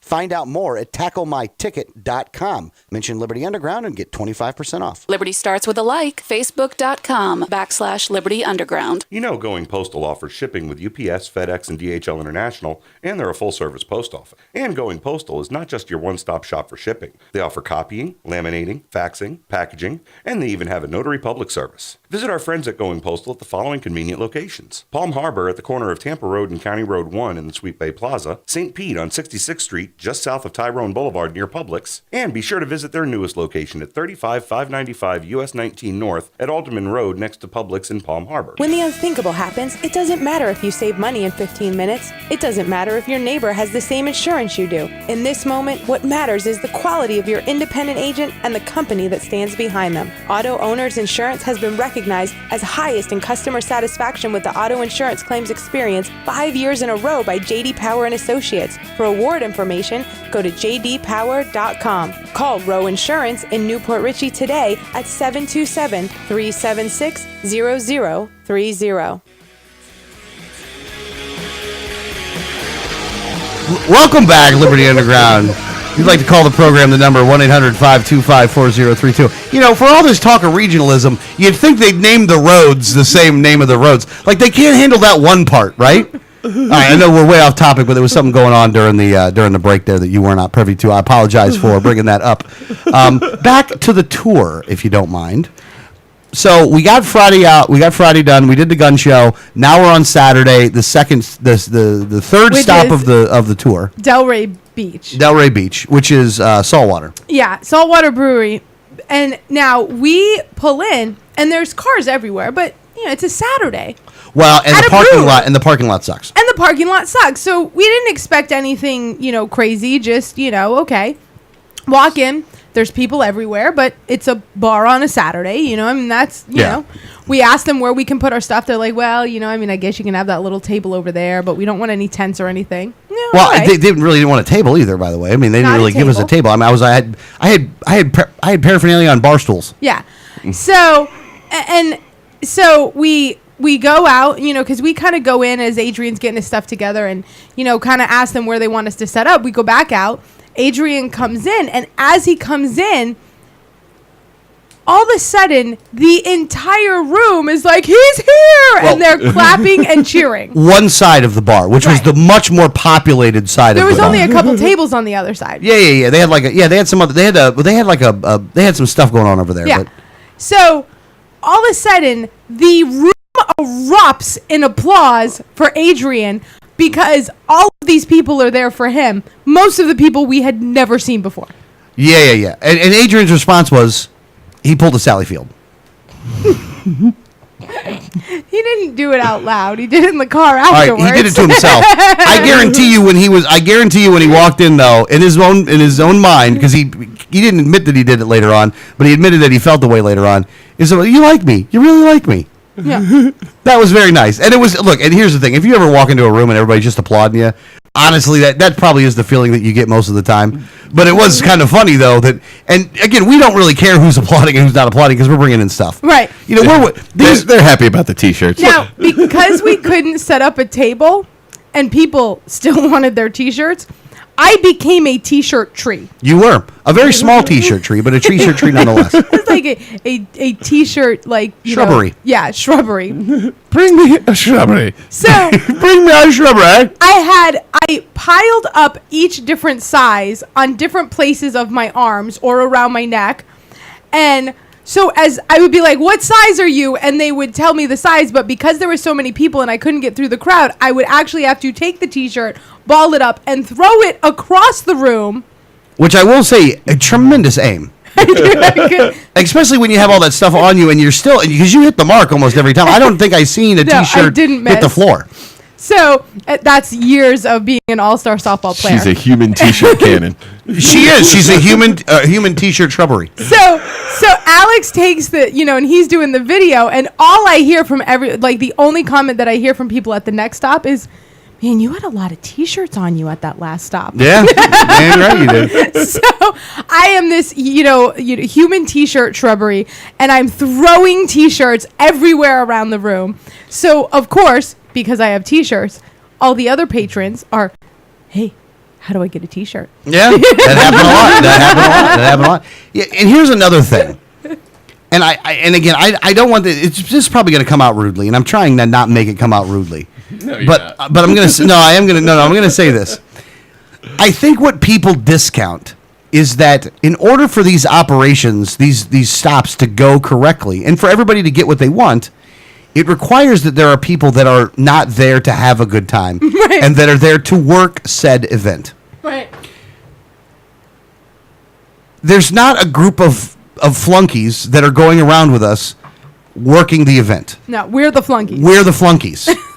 Adrian's not the flunky. He's the candidate. So he goes around, he does his candidate thing, he shakes hands, kiss babies, whatever, and talks to the people. But on the other hand, myself and Danielle have a lot to do. Right. That sometimes people don't understand. Yeah. So, and we haven't seen these people in a long time. And normally when we go there, we're there to speak at some function for the LP or for some other, subject. But at this point, we are the flunkies. We are not the people to see. We are required to work. Yeah. So everyone stops to be like, hey, how have you been? Oh my gosh, I love you to pieces, but not now. And again, it's very hard to do that. At the same time, you can get to a certain point once you got some stuff laid out, then you can actually engage in some kind of a conversation. But you have to get to that point first. And sometimes when people first see you, that's when they want to engage in a conversation with you. And that's when you got to go, look, man, look. I'm a T-shirt tree. Yeah, I'm a shrub right now, and I'm trying to bring stuff in, and I'm trying to put together yard signs, and I'm like, hey, how's it going? How you doing? Yeah, and I'm going back and forth the whole time, but I'm like, I almost want to go, dude, give me 5. Let me get this stuff squared away, and then we'll talk. You see my arms full? You want to help me carry some of this stuff in? We'll talk while we do that. But the other part is this, too, is that some people will go, how can I help you? And really what I want to do is say, look, go have fun. Right. Like, go talk to Adrian. Go grill him on something. I have a system. My system works without you. Yes. we have to go to these events not depending on people. Because you're not traveling with us. Yeah, you ain't at the next one, guy. You know what I'm saying? Like, we have to make sure that we know how this thing works this way. Now, don't get me wrong. People are just being nice. And they are. But it's just funny, though, that you're sitting there and you're like, oh, man. I'm like, hold on, let me get this done, man. Let me get this done. And you're talking to somebody, and he's just stressing you out. Like, I end up being a ball of stress by the end of it because it's a sprint. It's an hour. It's a sprint. Because you got to get everybody a T-shirt, everybody a yard sign, everybody a bumper sticker. Half the people want to talk to you. You got a lot going on there. They're like, we're collecting donations. So Danielle's got the phone trying to collect the donations at the same time. You know what I mean? It's like, well, that person's here, that person's here. And meanwhile, you got the candidate walking around aimlessly. You got to guide that guy around. You know what I mean? You got to move him around. You got to tell him to talk at the right time. You got to tell him to do this. You got to tell him to do this. There's all this stuff going on, and And people are like, hey, sit down, have a beer with me. Yeah, you want a beer? We're like, no, I'm the DD guy. We got to have somebody driving around. We have to have somebody driving around, A, with a license, and B, sober. Yeah. And the beers there are like 10% alcohol. Like, it ain't like drinking one regular, like a Bud Light. It's like drinking 5 Bud Lights. So, and I'm literally, I did not judge the crowd well. So I kept running out of sizes. So now he's trying to put together yard signs. I'm a T-shirt tree that all of a sudden would end up with shrubbery that all of a sudden would end up with a space where I should have a size, and I'd call back to him, I do an extra large, and he'd be like, extra large, and he'd run back out to the car. I felt like it was like the Saturday Night Live skit, cheeseburger, the whole time. It was complete insanity for an hour and 15 minutes. Yeah, and then we go to Big Bear at night, on Saturday night. Now, Big Bear sticks us in the bar. In like the corner. But no. Not the corner would at least allow for people to be able to get by. Saying the corner is not saying it correctly. It's the artery. It's the artery. It's the choke point. Like, it's a choke point in the bar. And we're basically all standing there in everybody's way. With the reporter from the Miami Herald. Because the Miami Herald Radio sent a reporter who was embedded with us from the hotel to this event. So we, in our hotel lobby, Adrian did a regular interview. Then she rode and asked us all questions in the car. Then was interviewing all the people there, and then rode back and asked us questions after the event in the car. We had an embedded reporter. Yeah, a nice woman, by the way. Oh, she's very super nice woman. nice. Didn't print anything I said, though. Just for the record. But Ron Ronalds got in. Well, Ron Ronalds got in, you're right, but I didn't. Yeah, sorry. I'm just saying I didn't get in. So And I think I actually had some cool stuff to say. So we were which might have been the reason that they didn't. We were at a choke point in the bar. So all the patrons are like, what is this? And no one will sit down. No, none of the people who were there for us would sit down at the tables that they had designated for us. Like, we had about 12 spots available for people to sit on. Not only that, here was the other thing that was weird. People would go there and just be patrons. They were coming for Wiley, but they wouldn't even stand around with us. They would come over, grab the stuff, and then go back to their seat somewhere else. Because of us being in the choke point. Well, yeah, because we were in the choke point. And a couple guys were like, well, this is what we expected. I'm like, well, this ain't what I expected either. You know, I'm hearing you, on this.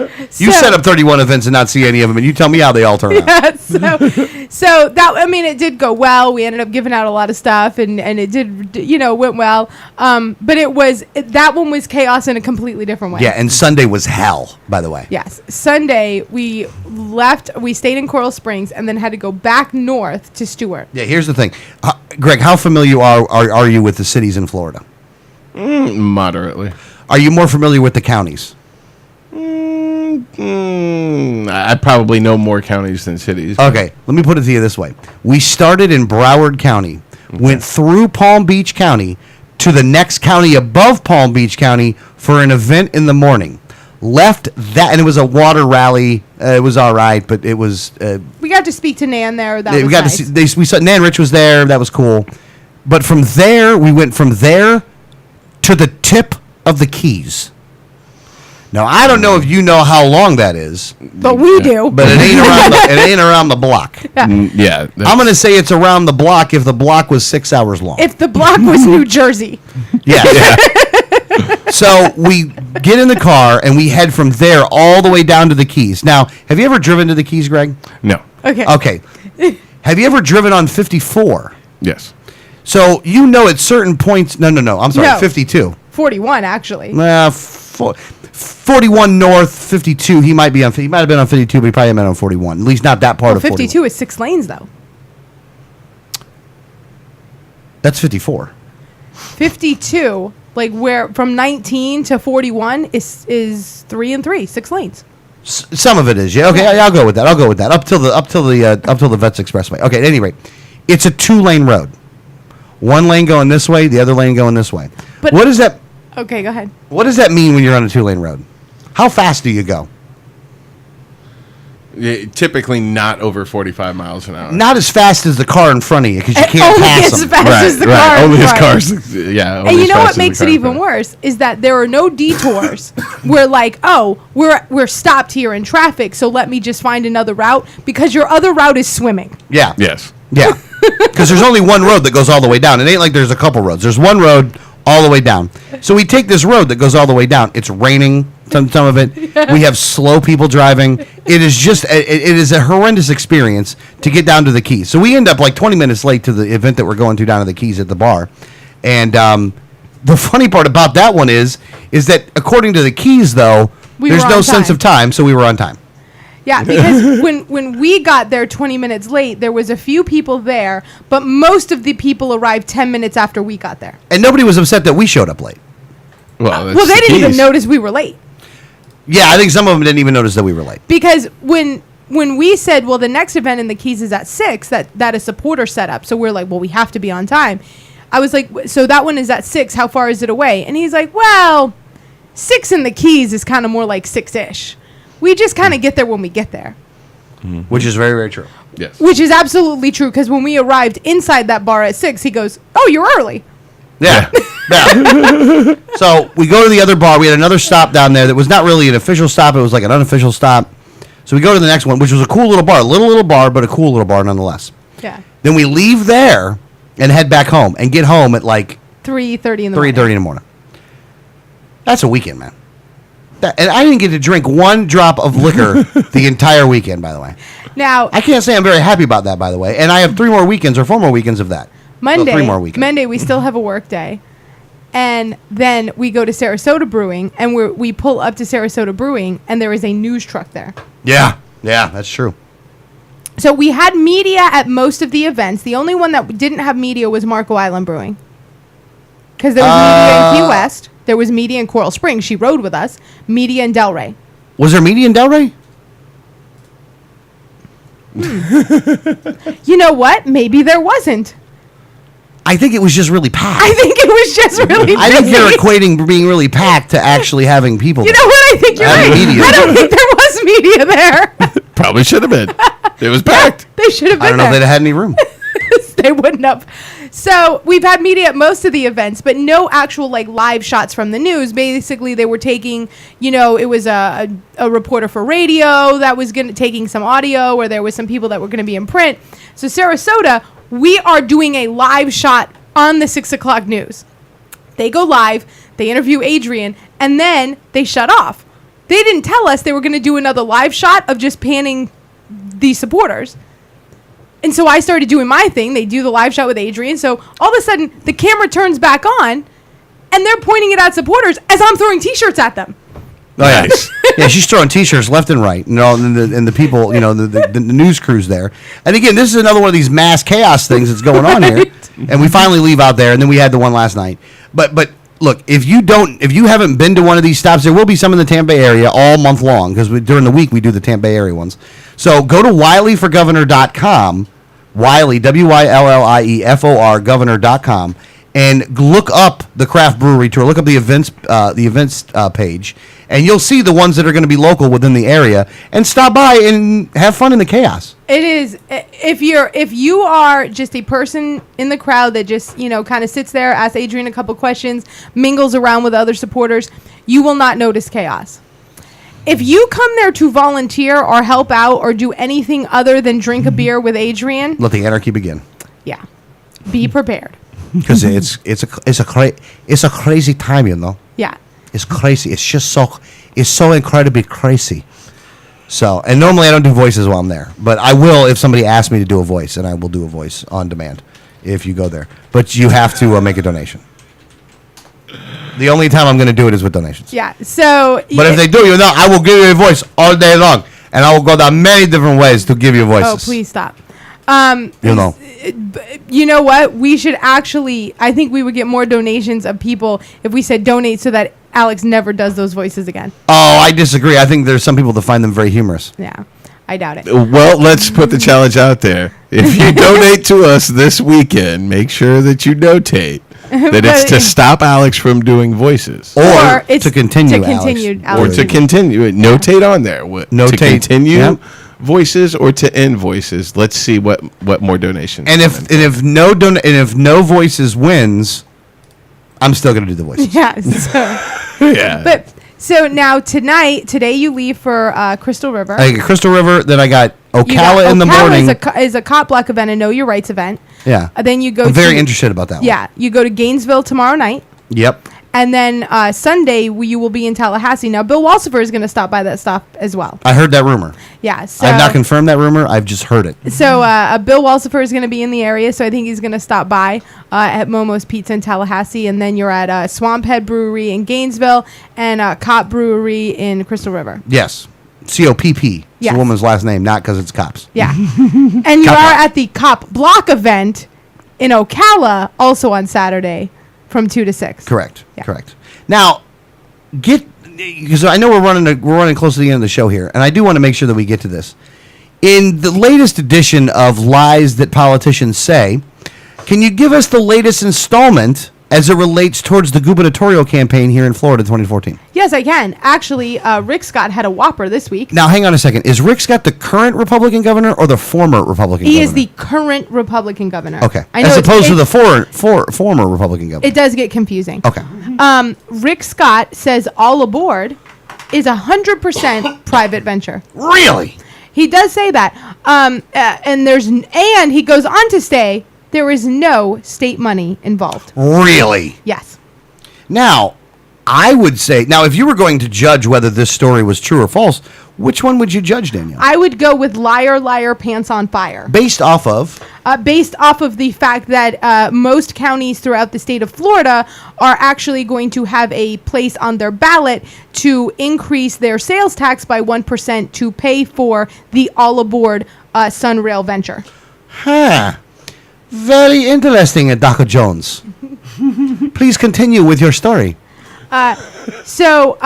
and this has gone for many years. There has been the proposed 1 cent increase on sales tax in many counties around the state of Florida, including Pinellas, which is another one on it this year for and Pinellas it will County. be again this year. It is always defeated. I would probably expect it to be defeated this time as well, but it is and it does get state funding. There are block grants that are put out through the state. There's also federal funding, but because there is a small fraction of private funding for All Aboard Florida, because this is a public-private partnership, PolitiFact has called this mostly false and not liar, liar, pants on fire.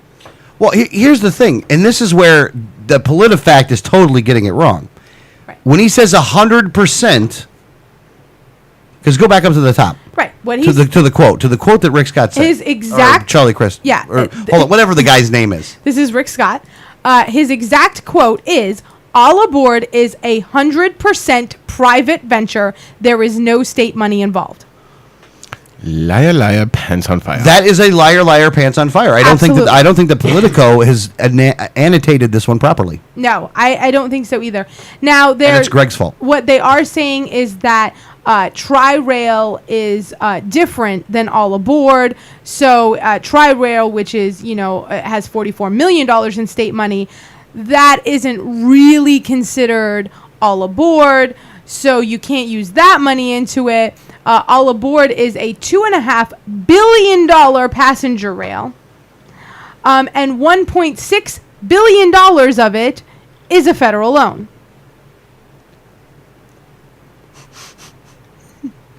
Well, that's not state money. That's a federal loan. That's not state money. No. But he said taxpayer funded. Yeah. He said it is 100% private venture. I know he said no state money involved. He did say no state money involved, but he said All Aboard is 100% private venture. There's no state money involved. And that's not, here's the thing. Not only, look, Danielle did not even say the other part of it, though, is that we just spent in the state legislature $200 and something million for like the connectors. And again, what they're trying to do is to say, well, this specific part of it is all private, right? Which is not even true. But then the connectors and all the other stuff that's required to do this somehow doesn't count. Right. Right. Well, that money's already been spent. Well, they just spent it, though. Now, what he doesn't say on here is that the maintenance is 100% taxpayer funded. Mm-hmm. So while the implementation is a federal loan and private funding, the maintenance, upkeep, and running of the passenger rail system is 100% Florida taxpayer money. And not just that, though, but if you remember the rule that they passed a couple years back, is that all the liability for the track is also on the taxpayer. Yes. Mm-hmm. So, it's insured by the taxpayer. Yes. This is the part that really annoys me about guys like Rick Scott. You can't even tell the truth about what you're doing. You're just lying. Yeah. For the sake of lying. You're lying for the sake of lying because you want to make yourself out to be some kind of free market guy when it's not the truth. Again, he wants the green light for Pinellas to go through. Right. Which is money from the Florida taxpayers to pay for a passenger rail service. And if you say no to that, they will shoot teachers. Well, we don't know that. Well, okay, they may not shoot them. They'll just fire them. Maybe. Yeah. But that's what they do. They want you to pay for their rail. And instead of you saying no, that the rail goes away, it's that, no, we're going to pay for teachers and firemen and police officers. Well, and that is what they do. When you don't increase the sales tax, what they do is still do their pet project and then punish the actual, police, firefighters, and teachers to say, look what you people that didn't want to pay more in taxes did. Yeah, and somehow we're the ones that don't like teachers. Right. Yeah. We're not the ones holding them hostage. Yeah, we don't use them as political pawns. And that's what they do. Police officers, fire people, and and teachers are used as pawns for politicians on both sides. On both sides, it's not just one side or the other. It's both sides, and it's just sad that they fall for it.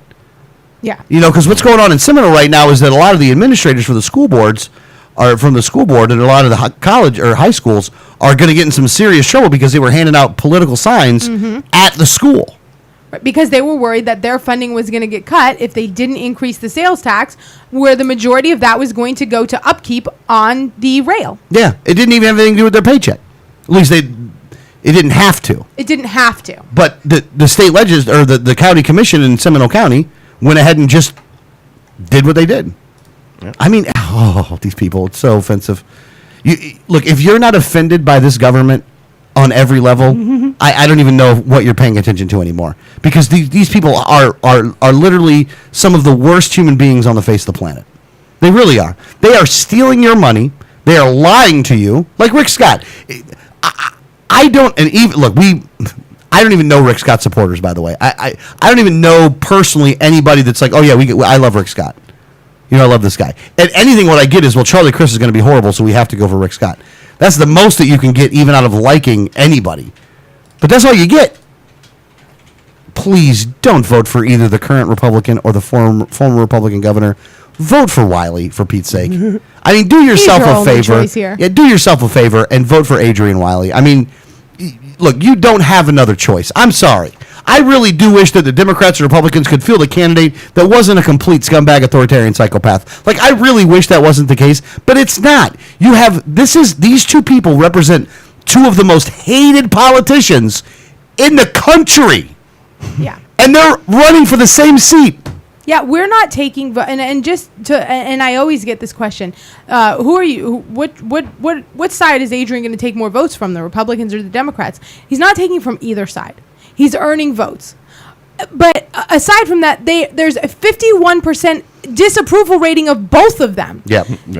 So you know what? You know who's ruining their campaigns? They are. Yep. All right, and we've got to go on that. The website, 1787network.com. Go there, check it out, have a good time. We'll see you guys next week. You're listening to Liberty Underground.